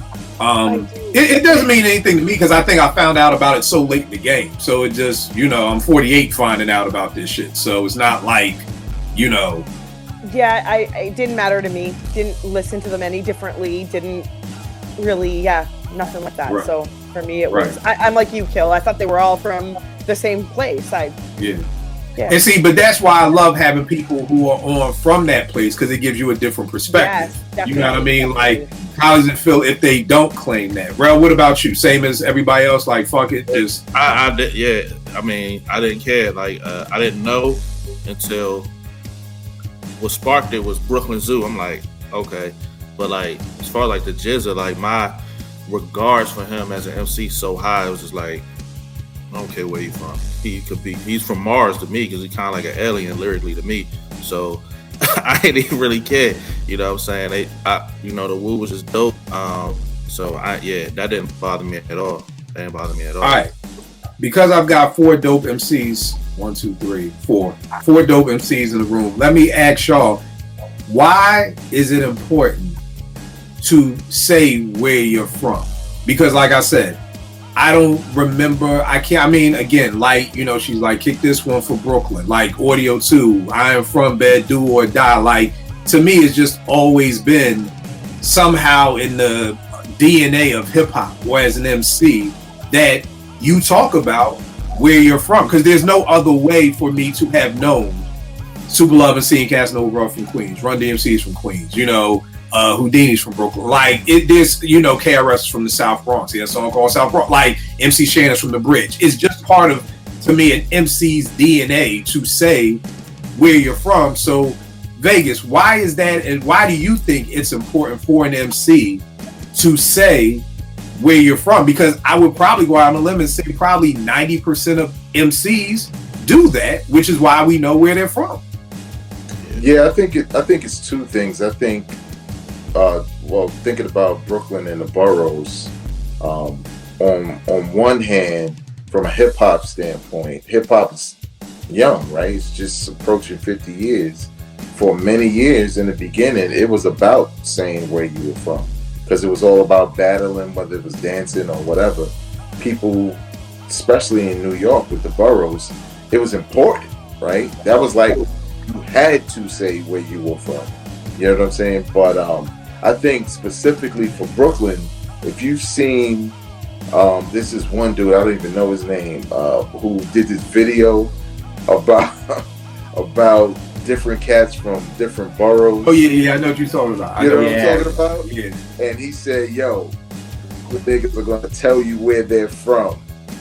It's just cultural when it comes to Brooklyn niggas. Like, I do it at work, right? Like the first time when I came back from living in Baltimore and I moved to Jersey, right? And I went to work at WBGO. They don't know this, right? So they in an all staff meeting, like, oh yeah, and Steven's here, he's from Baltimore. I had to interrupt that motherfucking speech. I was like, whoa. Oh, no. I'm not doing that shit. I'm from UK. I've lived in different places. My accent has never changed. I mean, I don't have the heaviest New York accent, but when I get excited, it's clear to see where I'm from. You know what I mean? So I think it's a cultural thing with BK and the boroughs in general. And then I think because in hip hop, that's where the standard was set. You kind of said where you were from. Even if you were from the West Coast or somewhere else or Atlanta, you kind of had to let that shit be known. Like, yo, this is where I'm rapping. Right. I love what you say about that from Brooklyn. You know what I mean? Because I think for Philly, and Trey and Rel could probably speak to this, in back in the days when I used to rap, for me it was, I wanted to rep my neighborhood because I wanted to say Providence Street. Like that was something I had to put in a rhyme to say, this is where I'm from. You know what I mean? Because for Philly, everybody was coming out of West Philly. You know what I mean? So it was like, yo, I want to rep my hood or something like that. Trey, what about you? Because the thing about Trey is, and vague for me, going to Brooklyn every year, all my peoples in Brooklyn would give me hell, kill, your Philly MCs are corny, y'all are whack, EST is aight, you know what I mean? But it wasn't until really Philadelphia in 1996 when everybody at Morgan was like, yo, I kill, yo, you Philly niggas kind of got it. But prior to that, I got Trey Lee's demo in 93, and I brought that back to campus, and everybody was like, yo, that nigga ain't from Philly. I don't fucking believe it. That nigga's too fucking nice. That nigga's not from Philly. And L Rock, when he was L Rock, Trey would say shit. One of me and F's favorite lines, he says on Know the Edges, I refuse to go back to Philly until my shit's together. And F would say when he lived in LA, it was on hard times, he would just say that shit to himself. When I was living in Atlanta, that's how I felt. I refused to go back to Philly till my shit's together. So this nigga's demo was so crazy, niggas wasn't even believing he's fucking from Philly. I'm like, niggas from fucking Philly. Like that was the first, like, putting the pride on your chest, like, yeah, nigga. So Trey, why was it important for you as an MC to talk about Philly? Because I think at that particular time, especially, when you talk about 93, you know what I'm saying? Like, we were pretty much forgotten, you know what I'm saying? Until, the Roots come along, and like you said, the Illadelph, Half-Life and all that, we were pretty much forgotten. And we've always felt like the stepchilds, even back in the day, like talking about the early 80s, we had a record called It Ain't New York, it's Philly is Stepping In. This is 82, 81, 82, 83, somewhere around in that time. But we always felt disrespected, or forgotten. or something like that. So I felt like it was important for me to put that stamp on it. Like, let's be clear, it's something out here, y'all just ain't paying attention. You know what I mean? Right. Or you don't want to pay attention. So I took pride in that. You know what I mean? It's funny because when you say it, it reminds me of when Dre says at the Source Awards, the South got something to say. Mm-hmm. You know what I mean? And Philly felt that way earlier on. Vern, what about you, man? LA. I mean, I would assume, like you said, you come talking straight out of Compton, you getting smoked, nigga. So talk about the importance of talking about where you really are from in LA, because I'm sure there's some ramifications if you try to act like you from somewhere else. But see, the thing with that, with me, it was always important to rep South Central because it's like, sort of like New York. These sections and these neighborhoods are different planets.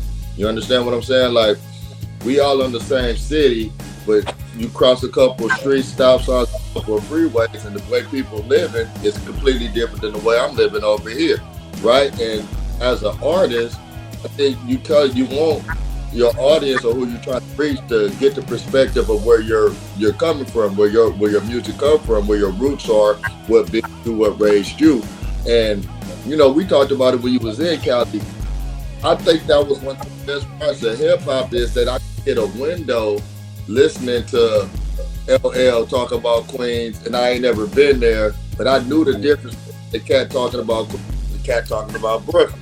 I can look at album covers and see the different aesthetics and architecture and everything like that. So I think for me, it's just important that you get your story out. Like, I think Cube didn't even, Cube still ain't rep South Central the right way. He was claiming Compton when it was convenient. So you want, it's like a sports team. You want to represent where you from. You want to tell your story. You want to big up your block, your neighbors, your hamburger stand, the shit you love, your barbershop. But that's a way a lot of people is they're seeing these through your words. So I think it's important that you rep home so that you can get where you come from. Like the juice, they say, I'm gonna tell you where we come from on the bridge. You know what I mean? Fucking yeah. Let me tell you where we at. Right. Like if you go back to Many Faces, like that's why it was important for me to start naming streets and start naming certain sections and mentioning the plat and all that kind of stuff. You know what I'm saying? Like, so that you can identify with where we from and the things that we do and where we hang out and all that other kind of stuff. You know what I mean? So yeah. Right. And I mean, I think again, I just felt like that was the DNA. Because when you look back at it, how do I can look at this list? Alcoholics, LA, fucking Artifacts, New Jersey, AZ, Brooklyn, Beanie. Alcoholics is not from LA though. Alcoholics ain't from LA. They're from exactly. They're from Pacoima. That's the valley, bro. Pacoima? What the fuck? Now I'm getting a geography lesson. The fuck? Hold on. Tash is from Ohio. Tash is from Ohio. Yeah, they from Ohio, and then they when they got out here, they from this. It's a suburb. It's the valley. I can't explain, but it's a valley. It's a suburb. Yeah. It's not LA. I'm tripping out. What's it called again? Topanga? Like Pacoima. Vern, you know what happened? King T scooped them up. Put him under his wing, and that's why you got the LA. You know what I mean? Yep. Ain't even from King T from there too. He ain't from Compton. See, and I heard that too. Y'all killing, man. Yeah, I'm sitting here like stuck on two. I didn't even get past the A's and y'all already fucked me up. I didn't even get to the Beastie Boys yet. But let's be real. You expect Alcoholics and King T to get on wax and be like, "Yo, I'm repping Pacoima." Like, what are you? Well, here's the thing. Yo, what are you asking us? But here's the thing. If you're dope enough, I do, but this is what it all goes back to, that I want you to rep where you are from. And this is why I give Wu-Tang and Griselda so much props, because Buffalo and Staten Island were two places nobody would admit to being from. Right. And they said, fuck that. Yeah, we from Staten Island. In fact, we're going to make this Shaolin. I don't even call it Staten Island. I call it shit Shaolin. In Buffalo, I mean, West Side Gun them could have easily been like, "Yo, Benny, don't y'all live in Brooklyn? Fuck that. We from Brownsville." Them niggas like, "Fuck that. We from Buffalo. And now every damn rapper from upstate there's more niggas from upstate New York than in the goddamn city now rapping. What's up, babe? I'm like, go ahead, you go, babe. Another prime example is the Locks. Niggas Yonkers. Young, put that shit on the map. Yonkers growing up was like, yo, they racing horses and shit out there. Like, I never heard of Yonkers before the Locks. And I love Mary J. I didn't know she was from there. Right. So I mean, Porch, to answer your question, yes, I do expect you to rep where you're from because again, as crazy as Porquanga sounds, Yonkers sounds that crazy. Like, nigga, you really gonna say you from Yonkers? That's upstate. Like, that ain't even Mount Vernon. Like, think of how crazy it was for Hev to say. That's why I give Heavy so much props because he put Mount Vernon on the map. Yeah. Even in the video when they saw Pep at the gas station, like, yo, we trying to get to Mount Vernon, like we lost type thing. It's like, oh, you want to go to Mount Vernon? Like, I respect that about people because it's like, yeah, even where we rap may not be popular, it may sound whack. Mount Vernon doesn't sound anything hip hopish, but guess what? You know, it's like, okay, now we got Pete and CL, and now Mount Vernon is a household name, but thanks to Heavy. Now Shaolin is a household name, thanks to Wu. But if you don't do that, Wu could have easily been like, yo, boy, y'all niggas from Brooklyn, fuck this, we gonna say Brooklyn. You know, but they didn't.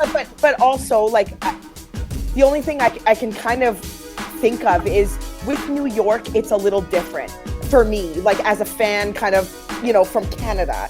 It's different because New York is like the birthplace of hip hop. So everywhere that any MC was from should have been New York rep. City is the birthplace of hip hop. And Vay, correct me if I'm wrong. Anything above the Bronx is the cutoff for New York City. So New Rochelle, Mount Vernon. That don't count. They don't count. What I'm saying is New York City, it kind of disperses out. And then this is just how I view it. And you guys can totally tell me I'm wrong. That's fine. But I just feel like there's a sense of ownership in hip hop when you're from New York. Even if you're not from the city of New York, even if you're not from that perimeter that you want to call the birthplace of hip hop. I just feel like New York State gives people some level of confidence to say, like, and especially if they think they're dope, and they are dope. LA, I mean, California, I'm not so sure. California already is struggling to get accepted into hip hop. They're already struggling to get airplay, to get recognized, to get all this recognition. You want them to start saying I'm from Pacoima? And then New York be like, yo, guess what? Trey, I'm gonna get to y'all for the LA part, but I just want to make sure because I'm not from New York and I want to check in with these two.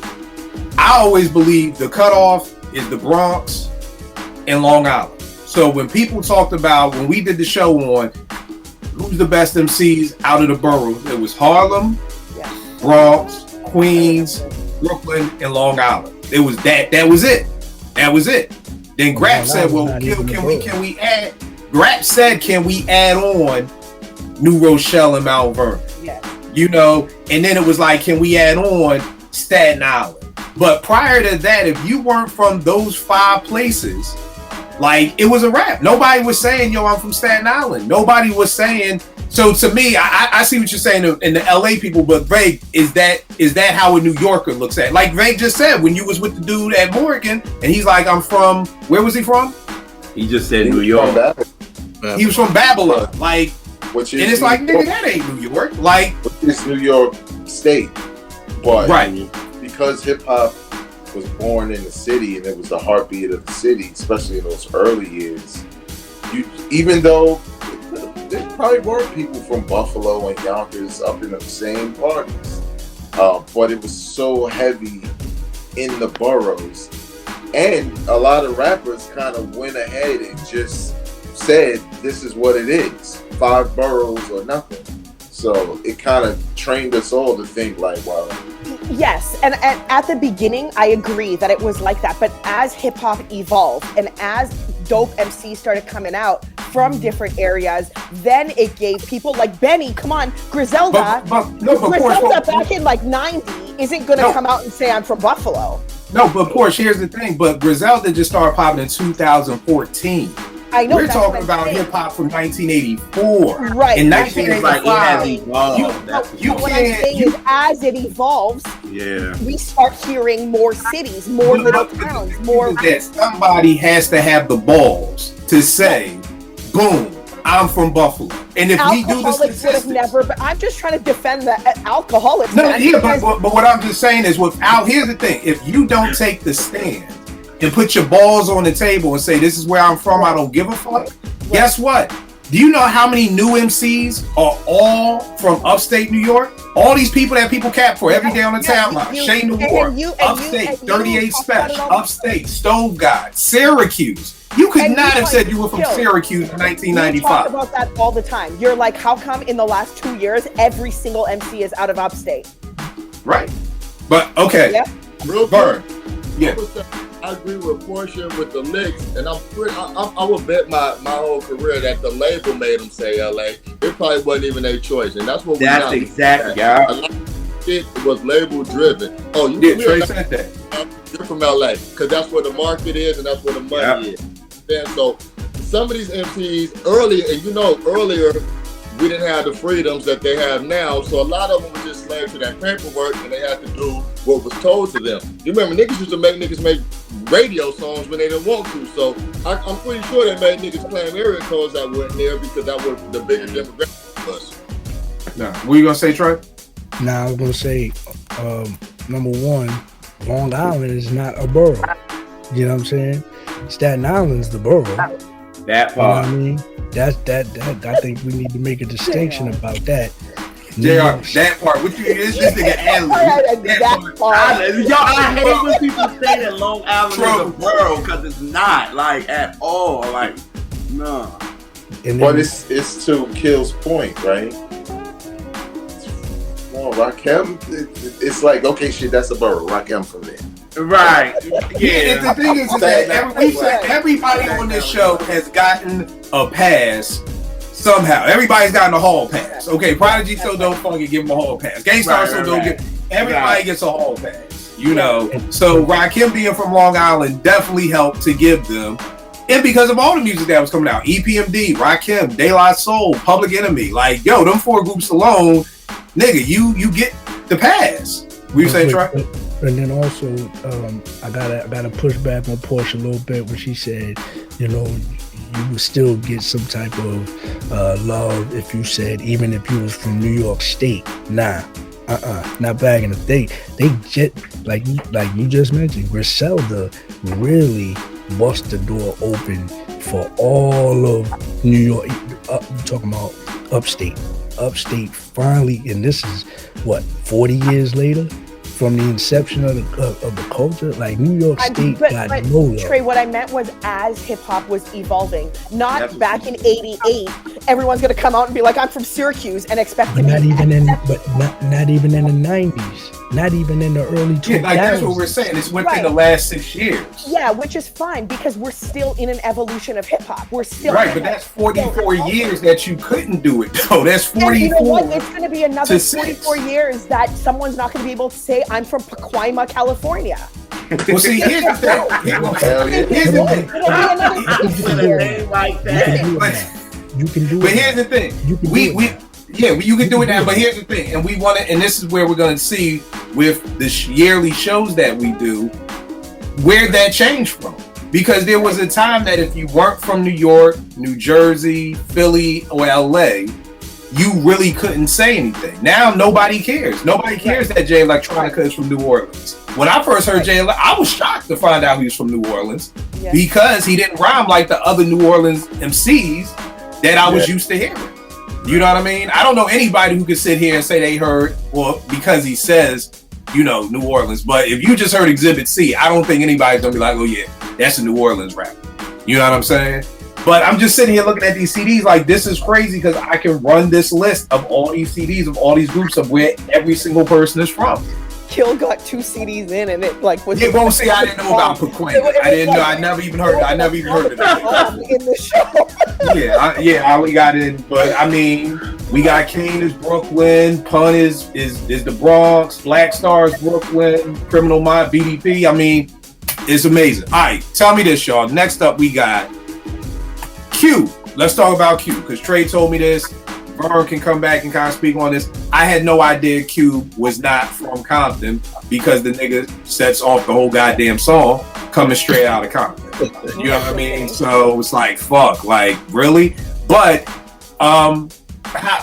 Cube is your guy. Does that mean anything to you that he's not from Compton, but he's NWA synonymous with Compton? No, because I think it happened so early on. It was a little confusing when he started saying South Central, because I was like, what is that? Like, you know what I'm saying? Because I didn't know. But then I was like, oh, you know, so maybe there's other parts, and, you know, they came together as a group, but maybe the majority is from Compton, you know, so it didn't really matter as much because, again, you know, it might be different for Vern because he's over there. This isn't a group of Brooklynites, but this one dude is actually from Queens. You know, then it becomes foggier for me because it's like, well, why you didn't rep Queens? It's almost like some hypocritical shit. But nah, for me, because he was dope. So I love that traditional West Coast sound, regardless. So I just kind of felt like, well, it's cool with me because, again, like to Portia's point and to your point also, it's kind of like what you do with where you're from, right? With your music, because you couldn't have told me in the beginning. I was like, what the fuck is Long Beach when Snoop said it? Like, oh, you're not from Compton, right? Long Beach, like us East Coast niggas, everybody. Yeah, I didn't know what Compton was. When it was like straight out of Compton, I'm like, fuck is Compton? Never heard of it. Right, everybody's from Compton. But, you know, with that, it was like, oh, now I'm learning about Long Beach. So I kind of looked at it that way, like, okay, well, now I'm getting, I guess, more authentic Ice Cube because now he's talking about where he's actually from. So, okay, now Vern, you're from South Central. Cube is claiming Compton.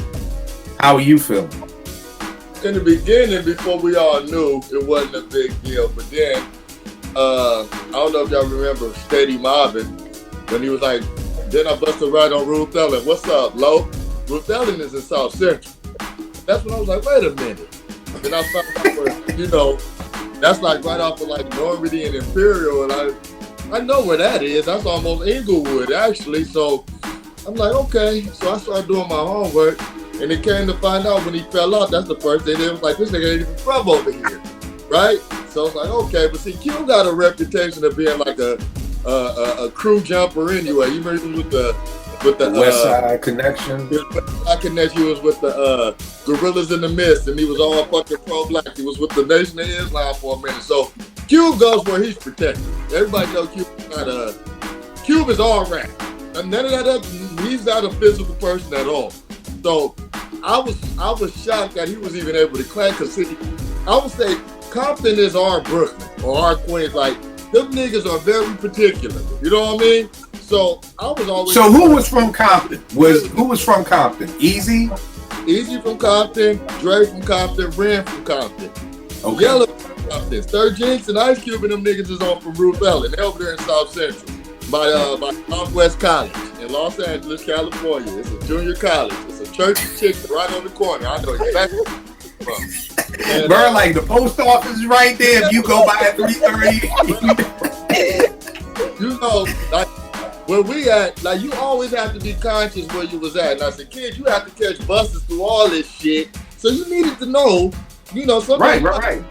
You might have to run into that church's chicken because niggas is on your head. You know what I mean? So you know. And you know what, Vern? And to that point, let me just say that's when people ask me on the timeline, well, why is high school so important? And I said, I believe because high school is when you have to maneuver. So when you listen to me say I spent every summer in Brooklyn, that's totally different than spending every day in Brooklyn, going to school, getting on trains and all that. You can come to Philly and kick it with me in Uptown all summer and have a ball. We may never even leave Uptown, but now that I got to travel during the school year, that's where you have to maneuver yourself around. You know, I never had to worry about no decepts or no getting knocked in the head with a hammer or getting robbed on a train after school in Brooklyn because I was there for the summer. So just for people who were like, why is high school so important? For me, that's why it's so important. Because like what Vern is saying, you got to maneuver through all these fucked up neighborhoods who don't like other people coming through there. You know what I mean? High school is a pivotal part. That Yeah. really tells me that besides there's high school and there's college, and those are the transformable years. You know what I'm saying? Yeah. That you start to become who you are. You know Right. what I mean? And see, and you know, high schools in Philly, you say in school, your fam, what school you went to? I went to King. That already lets me know something about you. I went to Germantown. I went to Dobbins. Oh, you was at Dobbins. You was down north. Oh, okay. You know what I mean? Like certain things, certain schools is gonna let you know, like, okay, you was about that life. Oh, okay, my nigga, I see. You know what I mean? So now that's a great point. So, but did niggas in South Central feel any way about Cube when they found out, or it was just like fuck it, or is it again he's dope enough, so we let that go? Because like you said, Vern, if you don't rep South Central, you getting hit shot in your head. Well, the thing about Cube was nobody. I shouldn't be saying this shit like this publicly, but nobody took Cube serious. Like Cube went to school out in the valley, seen him with the fucking pink collar shirt. Like Cube was a good rapper, right? His auntie stayed in Compton where the niggas was, and he was just good at what he does. So nobody took nothing he was saying seriously because we knew he wasn't doing none of that shit. You know what I mean? Okay. So it was like he got a pass by default because I mean that's Cube. He brought light to the city. He was a star, but we knew Cube wasn't about that shit. Okay. All right. That's why one more West Side connection, just a tidbit. He got into it with Mac 10 over his brother-in-law, and Mac 10 pressed him, and now Mac 10 career is over because Cube is out with the rah-rah. Most niggas will take it and go about business, but Cube like, nah, I can't be around you because I'm scared and all kind of shit. Portia, did you know that Cube was very, very, very threatened by Tupac? Yeah, actually I did. Yeah, the movie shit, like, Pac was finna replace Cube for the most part, you know what I mean? He had the people, I think he's a better actor, and Cube blackballed Pac off a lot of shit. So, Yeah. Whoa, this is all news to me. Whoa. Bring it back. That's why I love this show. So Cube was threatening his Pac as an actor, not threatening his Pac as like Pac was gonna fuck him up. The whole night. If you pay attention, and it's so sad because Tupac always credited Ice Cube as one of his main influences. You would not find a record with Ice Cube and Tupac on it. You won't find that close to it. Cube was very afraid of. He saw that this was a younger, better looking, and a more reputable person coming for the music. They did similar kind of music when they were speaking power to the people. And Pac was a way better actor. Women liked him. He was single, cute, married with shit. Like he was very good. He ball and rocked them on a lot of shit. I ain't know that. I was lucky to have cousins in LA, so I knew this stuff-ish. I mean, my cousins didn't live in South Central or in Compton, but they told me about, and it's funny because I know I probably skipped my turn, Kill, and I apologize, but Cube is probably the only one that it kind of bothered me that he didn't rep where he was from. And the reason was exactly what Vern said. And this is, I know it's a learned thing because obviously I was influenced by my cousins and, you know, just being in LA at the time, like mid 90s and whatnot, that Cube kind of bounced around. And that bothered me because I was like, well, you're an opportunist, right? Like you just go where it's good for you to be at the time that it is. Like you really have no loyalty to anywhere. Like pick a place. Can I challenge you? What's different with Pac then? Well, Pac actually lived in those places. That's the like he actually lived in those places. He actually and he actually, I mean, again, you guys know I don't subscribe to this, but he kind of made it so that no one could pin him to a location. And again, I don't subscribe to that because I pin Pac to LA, but you guys said, like, well, Pac's kind of a polarizing wild card, like he's kind of from everywhere. Cube doesn't get that pass from me. I don't know. I just feel like he took advantage of it in a weirder way. Like Pac at least yelled it from the rooftops that he was Oakland and LA. He just would always yell it, and it would be wherever he was at the time. And fans knew that. Like, oh, if Pac is representing LA, he's in LA. He's connected to LA. All right. Hold tight for 1 second. I got two of the biggest Ice Cube fans I know staring right at me right now. Oh, three. Sorry. I just know Vegas and Rel. Like, I know. So, did that affect anything with y'all when you found out he wasn't from Compton and he was from South Central?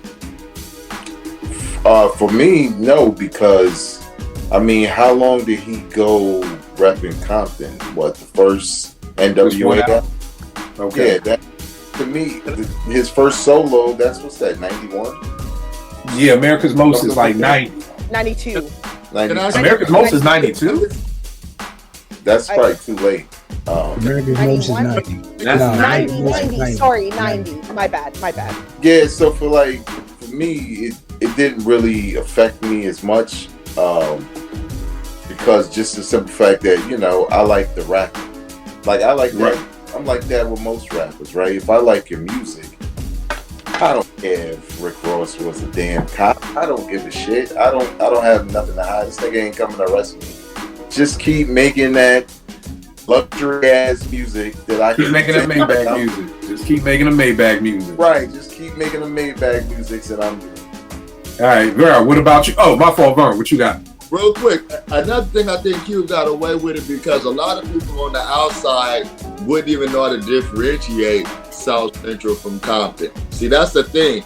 Yeah, see, I thought all that shit was the same. Like, when you was like, I said something about you, and you was like, nah, Kill, I'm not from, I don't know where I thought you were from, but you was like, nah, nigga, I'm from South. No, I said, fuck, I can't remember what I said. I said something, but they thought it was one big, because the news, drive by in South Central, and that should be way in Compton, so they kind of lumped it in. It took us to let you know, and from the outside, you guys wouldn't have no idea from our era, like now with the internet, of course, but our age group, you wouldn't know. You know what I mean? Yeah, like me and Vegas was saying, before NWA, I never heard of Compton before. Right. I just knew Los Angeles. It was a suburb. I knew Ice-T. Well, I know he's from Jersey, but I looked at Ice-T as, I just looked at it like LA. I just looked at everything in LA as LA. So like Vegas said with Long Beach, I ain't never heard of that till Snoop. See, you know, like I said, I never had no West Coast cousins. All my cousins was from Brooklyn. Right. So it was just all LA to me. Bro, what about you? So yeah, I'm a huge Q fan, but I'm a fan of the rapper. Like, a lot of these niggas ain't who they, you know what I'm saying? Like, like, I'm not just gonna single him out. A lot of these niggas ain't doing some of this stuff they talking about, man. Like, there's a lot of them, man. So I can't, I can't single Cube out. Like, both things could be true. Cube is a great rapper, and he might not have been about that life. Like, yeah, both of those things can be true. You know what I'm saying? And it's okay. Yeah, and I'm always refer to someone that's from there because they know a little more than me. But as far as the rapper, I didn't have a problem with it. You know what I'm saying?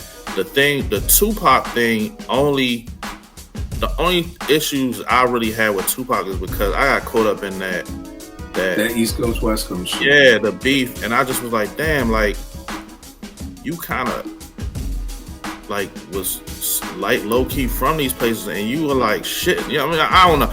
As a young, you gotta understand how young I was and how immature I was at that time as well. You know what I'm saying? An adult Jarrell can see it a little differently than a kid Jarrell that's his favorite rapper, Nas and Mobb Deep and Big. And this dude, you know what I'm saying? I'm from Philly, that's on the East Coast. You know, it's just, you know what I'm saying? I got caught into it. And what, we 4 years different in age? So it ain't even just about the young boy Jarrell. I was in college like, fuck Pop. Fuck all these West Coast niggas talking about the East Coast. I was not fucking with him, you know what I'm saying? So I wasn't even giving him, like, the pass they said that Pac was getting, that Cube shouldn't got. I wasn't giving Pac no pass at that point. You know what I'm saying? I was like, Bull is drawn. Like, he is from Baltimore, New York, but it's F the East Coast. He go to Cali. You not even really a gang. Like, you wait till you about 25 to start gang banging and all. Like, I was going in because he was dissing. You know what I mean? And I would say this, like, with people like Cube, Nas, people that I'm real fans of, like, I'm a fan. We ain't arguing with you about no goddamn LL. No, let's let that go. You have not learned one thing. Do not bring, don't even do it. I'm gonna cut the camera. This is bad television. If Rel and you start arguing about LL, because he will argue the fuck down over some LL. Listen, I love those artists. I'm fans of them, but they ain't my father. I don't know them niggas personally, so if they do something corny, they just do something corny. Like, I'm not about to defend corny shit because right. Yeah, you know what I'm saying? So even though I will argue down about certain things with LL, but I'm just saying, like, you know, the Cube stuff didn't bother me, you know what I'm saying? Because I like the rapper. I don't know O'Shea Jackson personally, you know what I'm saying? So last person I got, and then I want to talk real quick about Trey with the industry. And Vern brought this up. And here's the thing with this group. I don't think they ever said we rep Brooklyn, but something about them just said Brooklyn, and that's Diggable Planets. You know what I mean? And again, I was never a big Diggable fan, so maybe they did say Brooklyn. I don't fucking know. But I thought they was from Brooklyn. Ish is from Seattle, which I had no fucking idea until Jake One put out his White Van music, and I'm reading the credits. He's like, I got an all MC lineup from Seattle, and that shit said Ish, and I'm like, from Diggable? This nigga from Brooklyn. Know that nigga's from Seattle. Doodlebug, which is the dumbest fucking name in the world to me to this day, is from Philly, and Mecca is from Silver Spring, Maryland. Mm-hmm. And again, they never, and I don't know, maybe y'all listen to Diggable. I was never a fan. Of course, I know Cool Like That, and I think there's a remix of Nickel Bag of Funk I like. I've never been a fan. Did they scream Brooklyn? Is it shocking that they're not from Brooklyn? Is it shocking that Ish is from Seattle? Like, is any of this shit, or? I never knew they was from. They said Brooklyn. I never. They may have never said Brooklyn. I just, like I said, they just look like Brooklyn. When I saw that video for that Ninth Wonder with Ish getting off the train in Brooklyn, he just looks like a Brooklyn nigga. Maybe that's what it is. You know what I mean? Didn't they say something about the planet of Brooklyn? I heard them say that shit. No, I heard him say it too. Even when the boy was on the Camp Low song, he said something about New York or something like that. But I know in one of their songs, New York, the illest of all. Yeah.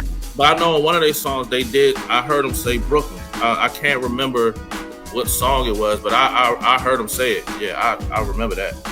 The Seattle thing is shocking for sure. That threw me because there's no way I thought Ish. Because if you go to Seattle, like years ago, had a very good and right hip hop community and a hip hop scene.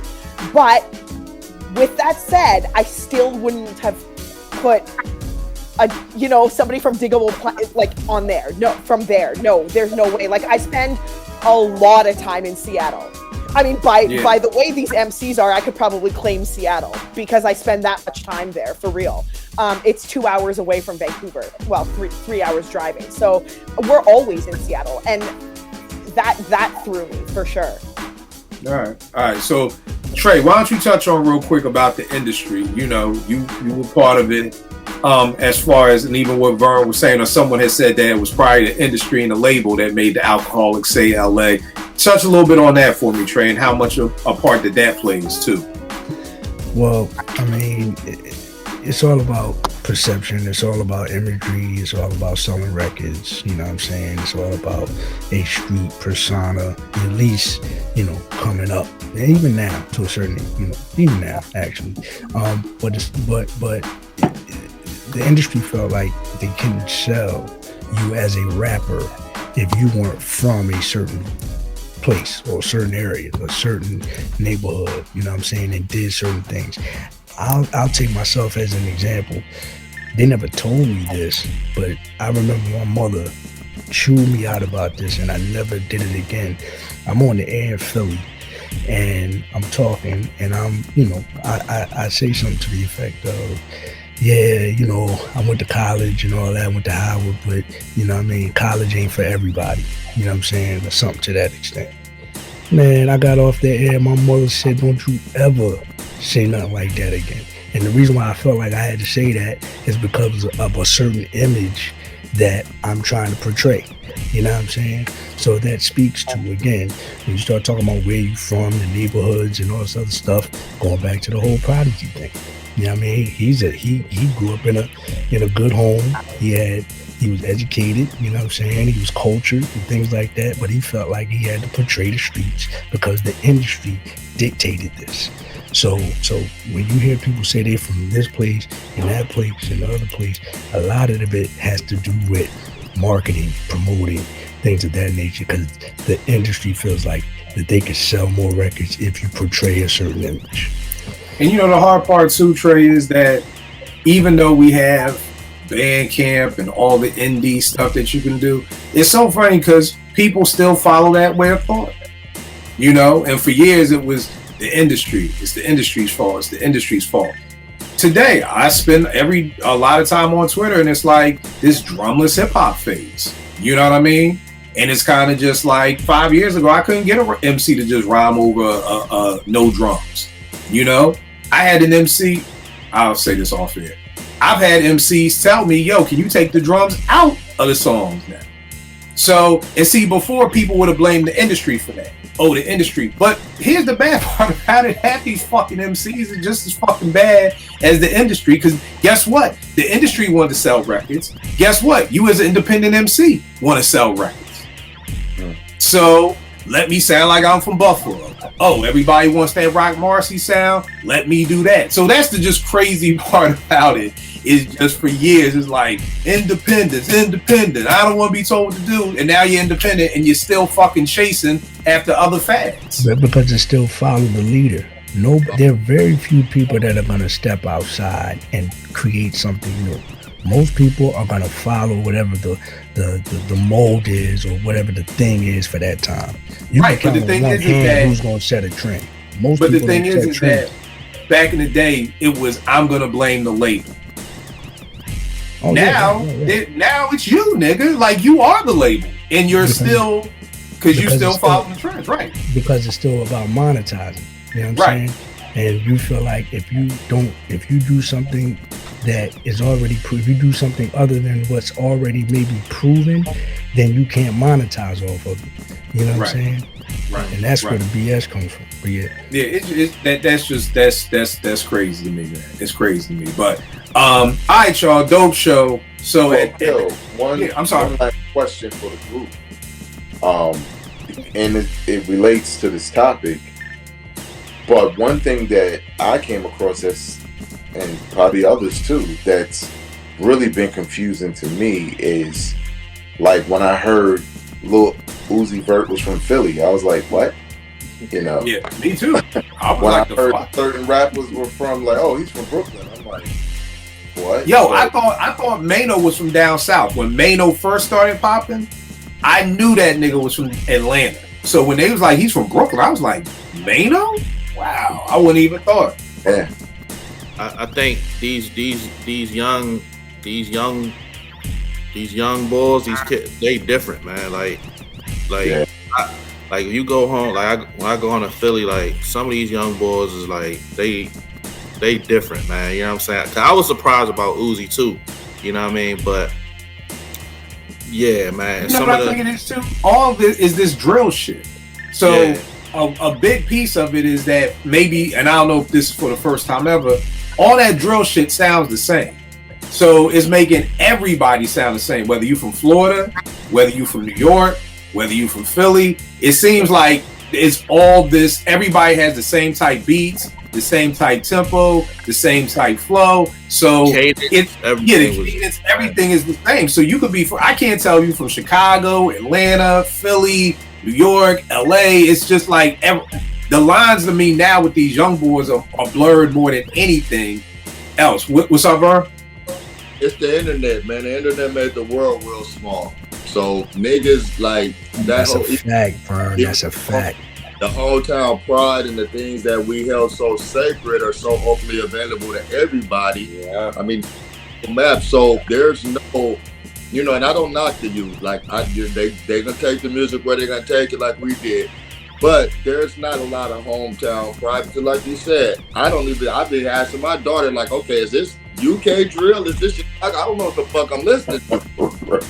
I know that these kids can get on these computers and be in each other's backyards and absorbing each other's culture, slang, whatever, but not. And that's why.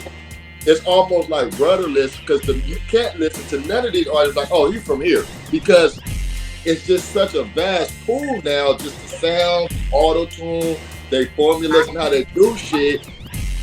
There's no distinction. There was a time where you knew, you heard this beat, oh, that's Cal. You knew it. Oh, that's Primo, that's the East Coast, that's down south. Now you don't know who doing what the fuck, who rapping. I don't know where nobody's fucking from. And it is what it is. I'm gonna give you a perfect.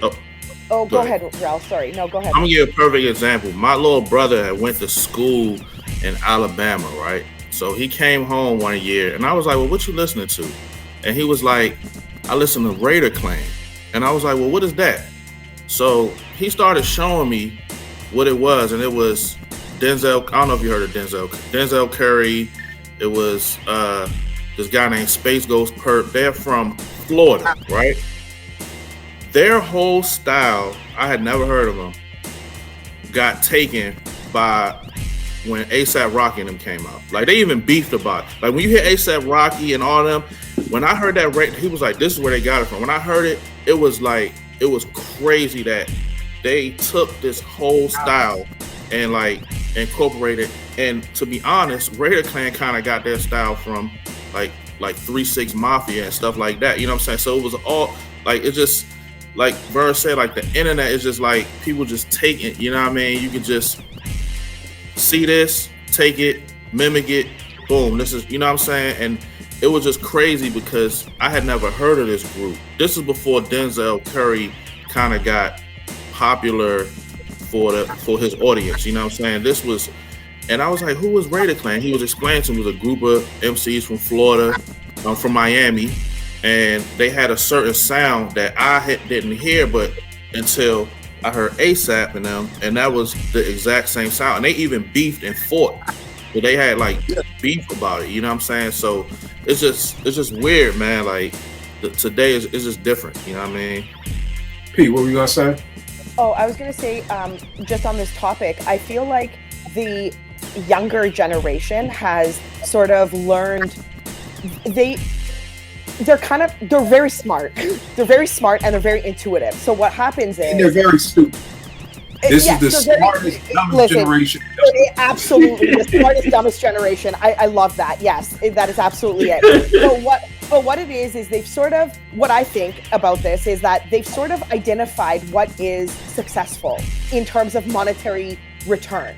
And that's why we're seeing such cookie cutters, is because, this group did this and they were able to do that with it and get this bag with it. Well, we're going to do the same thing. And in our little area, we're going to blow up and then we're going to take it to wherever we can take it. And I feel like that's always going to happen moving forward because of all of the elements that everybody mentioned. Like the internet makes it easy.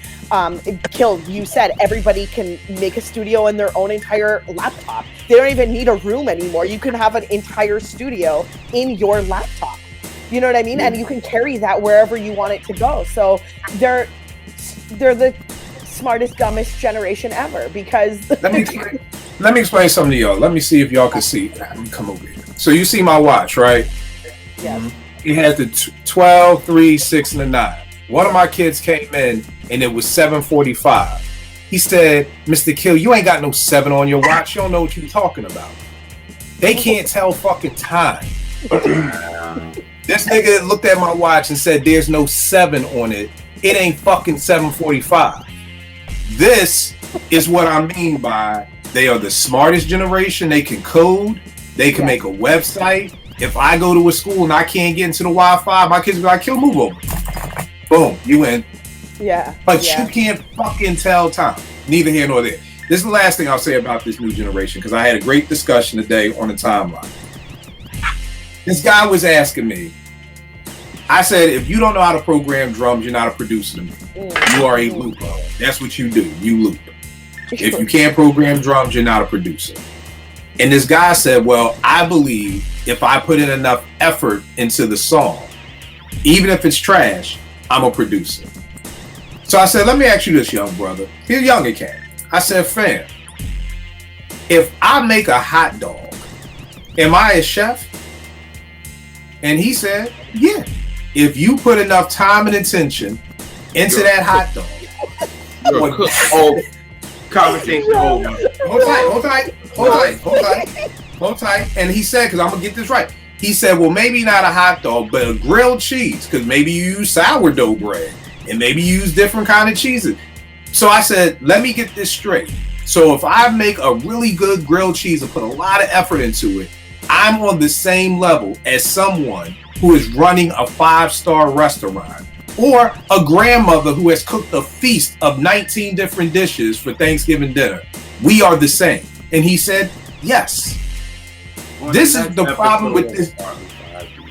This is the problem with the young generation. They don't want to earn anything. It's because this generation was the generation of, oh, you were in the spelling bee? Here's a trophy. You get a trophy just for being in the spelling bee. No, motherfucker, you get a trophy if you come in first place and you get a ribbon for second and third. You want a trophy, guy? The rest of you 200 motherfuckers, if you want a trophy, go study hard and learn how to spell and come the fuck back next year and go for a trophy. But the problem is, when everybody got a trophy, fuck am I trying to study harder for? Because I already got the trophy. You see what I'm saying? My mom wanted to do that. Nate didn't win this dance contest and she was upset. My mom was like, well, no, I'm going to buy a trophy. I said, no, the fuck you not? No, you not going to buy her no trophy.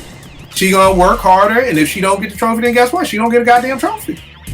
But you going to work. And that's what this younger generation doesn't understand. Because if you can honestly sit here and tell me a grilled cheese, because you put time and effort into it, makes you a chef, and that's the problem, because when people come over, they'll say, Kill, I love these pictures of Naomi. You took them. Oh, you're such a wonderful photographer. I just take okay pictures because I respect the craft. Exactly. When I make my mixes, you've never heard me say I'm a DJ. I've got over 400 mixtapes on my website. I am not a DJ because I respect the craft. The problem is these kids don't respect the craft. So there's no way, but that's again this generation. There's no originality. They don't accept the craft because, and then I'm about to answer him because he said, "Well, Kill, when do I become an official producer? When do I get my Kill stamp of approval that I'm a producer?" I said, "Well, I'm gonna go through the same shit I went through. I could until Roots, my OG at 889 said, yo, your drums are good. My drums was trash. I played Roots and he'd be like, yo, that shit trash. Your drums sound horrible, man. You can't program drums on the ASR 10, nigga. Get an SP12. And my goal was, it made me work harder. Like, let me get I'm gonna prove to Roots that you can do drums on the ASR 10. Like, you got to go through some type of trial and error. You got to go through something to try to earn it. I'm like, so nigga, you telling me that if you go to college and you drop and you fail a class, but you tried really hard, you can say you have a college degree? No, like no. Trust me, you cannot. Right, but what I'm just saying is that this generation's belief is what he said, that if I just work really hard, then yes, I'm a chef. Drivers, all y'all can drive NASCAR because I know y'all got your licenses. So by dude's logic, we can all just get on the Indy 5. What we do. But bro, it's the same thing, and I've seen this a million times. Yo, can you swim? Hell yeah, I can swim. Let's go in the deep end. Oh no, I can't swim over there. No, fuck it, then you can't swim. The fuck you can't. Right. If you can swim in 10 feet. That's hilarious. Right, but again, it's just that this generation, and I'm not trying to diss the young boy. And this is why I'm trying to work with him. Is that, bro, you have to earn it. You have to earn it. You don't just go into a karate school and after you get your green belt, you a fucking master. It doesn't work like that. Like, you have to earn it. But and he's just like, well, I just agree to disagree. And I'm like, well, cool. But again, that's the problem. Is that you think because you made a grilled cheese, you are a chef. And here's the thing: I tell people, you did something. You did something. Like I say with Puffy, he's a good idea haver. We need good idea havers. He's just not a producer. What are you gonna say, Bang? Sorry. No, I'm sorry. Bang. I was gonna say that in a lot of ways, like, just speaking about Generation X, we're kind of a product of the generation before us, just a little different, right? We believe in working hard and earning what you get. But with this generation, and our music reflected that, right? Our pop culture, everything reflected that. With them, emo rap, there's a lot of excuses in that music. If you listen, it's all of me against the world with Tupac. Big, say that again. Not their me against the world. Say it again. You know what I'm saying? Their shit is everybody's against me for little shit. Like, like I could tell my son, like, yo, so, niggas don't use deodorant no more? Like, where your deodorant at? He look at me like, this nigga want the world. Like, I'm like, nigga, deodorant. Like, is there some religious reason why? Because then I won't hate. But this is a small ass. Like, you know what I'm saying? Right. But for us, we kill somebody that come around us, yo, I forgot to put my deodorant on, but we can go in the club. We like, nah, we can take you home and we can go to the club. Right. And I mean, bro, it's a different mindset. And again, all I can do is try to challenge you like, yo, bro, my man Shy and Vague, you may, I don't know if your older brother rapped or whatever, but you know, my man Shy, my old head would be like, yo, man, there was 5 brothers in our house. And before you could even go outside on the stoop and say you was an MC, you had to be the nicest MC in the house first before you could even go outside on your block. And then you had to be the nicest MC on your block before you could travel to another neighborhood and say you was the nicest MC. And, you know, I heard stories of Kane saying like the DJ wouldn't even let him get on the mic. So he had to buy his own mic and try to hook it up on the sound system. Like, there was a rites of passage that we had to go through. When I started at 889, I was a real life intern. I was a real life. It's 5 a.m. There's fucking 1,400 records everywhere. Kill, you stay here till all these records is put up. Kill, go to 7-Eleven for me and go, here's a food run. Here's a list. Go get all the food. And I'd be happy as shit to do. You know what I mean? Try to get one of these motherfuckers now to intern and be like, yo, go to 7-Eleven. Go, what? Wait, what? Nigga, I ain't going. Like, and for me, it was dope. I was like, yo, I'm willing to do whatever it takes to be up here at 889. I don't give a fuck. You can send me wherever. So again, it's just a different generation, like you said, Veg. We're a little of our last generation. You know what I mean? We ain't all the way there, because I be hearing Magic talking about his pop from that generation. He's like, that nigga ain't missed a day of work in 40 years. Well, nigga, I missed a day of work 5 days last month. So that nigga said his dad ain't missed a day of work in 40 years. Nigga, you never called out. You was never late. Get the fuck. So again, it's just trailed off now to where niggas is like, work. I want to work, you know. So it's definitely a different time. Trey, talk about this new single, bro. You got out, man. Talk about this new single, man. Man, listen. I think we got one with this one, man. That shit is fire. Woo! If the DJs and the people really get behind this, it's gonna force the industry to do some shit that they've never done before. Like I've never really felt like that about any records that I've done. I've seen it done before, ironically. But the thing is Party Time. Like, if you think about where that record came from and how it was able to kind of transcend and get in when it really wasn't supposed to, Universal didn't push that record. That record pushed itself. Mm-hmm. And then Universal had no choice but to get on board. Well, this record right here is called Party Time 25 or XXV. And essentially, it's a reboot. It's almost like when you get a TV show. TV shows is dope. You know what I'm saying? Long running series. And then later on down the line, same cast of characters come back and they do a reboot of a show. Well, that's what this joint is. Except most reboots don't live up to the original. This shit right here, and I don't even like to talk about my own shit like that. But this shit right here, crazy. Only thing we gotta do, you get the DJs and the people to get behind it. Party Time XXV, Party Time 25 produced, and my man OJiz is on the hook as well, but he produced the record. It'll be on platforms whenever we decide. But right now, we're giving it to our peoples. We're giving it to the DJs. So any DJs you know that need a record, I'm giving it to them. Just let me know. Give me the emails. I'm doing all the drops. We're going to do this off the muscle. That's how much I believe in this record. No doubt. That's what it is. What up, Vern? Talk about Serene too, man. All right, check it out, man. I feel like I'm coming off one of the craziest back-to-backs this year after Automod and Serene 2. I don't know if y'all heard it. If you haven't, press play. Yes, sir. Crazy. Trey, that's it. You already know. Appreciate it. But yeah, man, we got Serene 2, do. We got Idle Mind still popping off. Make sure you press play on all that. Me and Kill back in the lab. Actually, I ain't saying too much This nigga right got now. me back. I ain't made beats in 3 months since I was on tour with Ev. You hit me the other day like it's go time. I done made 4 beats in the past 2 days. So we back at it. Now I haven't even read it by Kill, but I think the Soledad debut is gonna be called No Idea, because you didn't have no idea what the fuck's about to happen. I'm sitting my politics down for a minute and I'm going for these MCs. I'm about to do my rapidy rap shit on niggas this time around and see what they think about that. So honored that you rock with me, Kill. Thank you for the compliments on the work, and I appreciate being here, man. don't forget, we got For Your Consideration dropping later this year. It's gonna be a mixtape of everything that What Up Vern has been working on all year.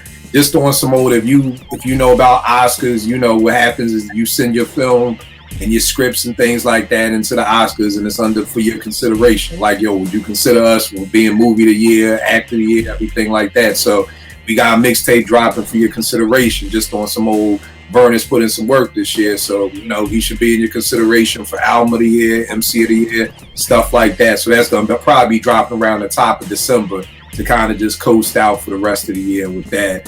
JR, what's going on, man? You're interviewing everybody, you're everywhere. I can't keep up. You here with Fonte, you over here with the tall black guy.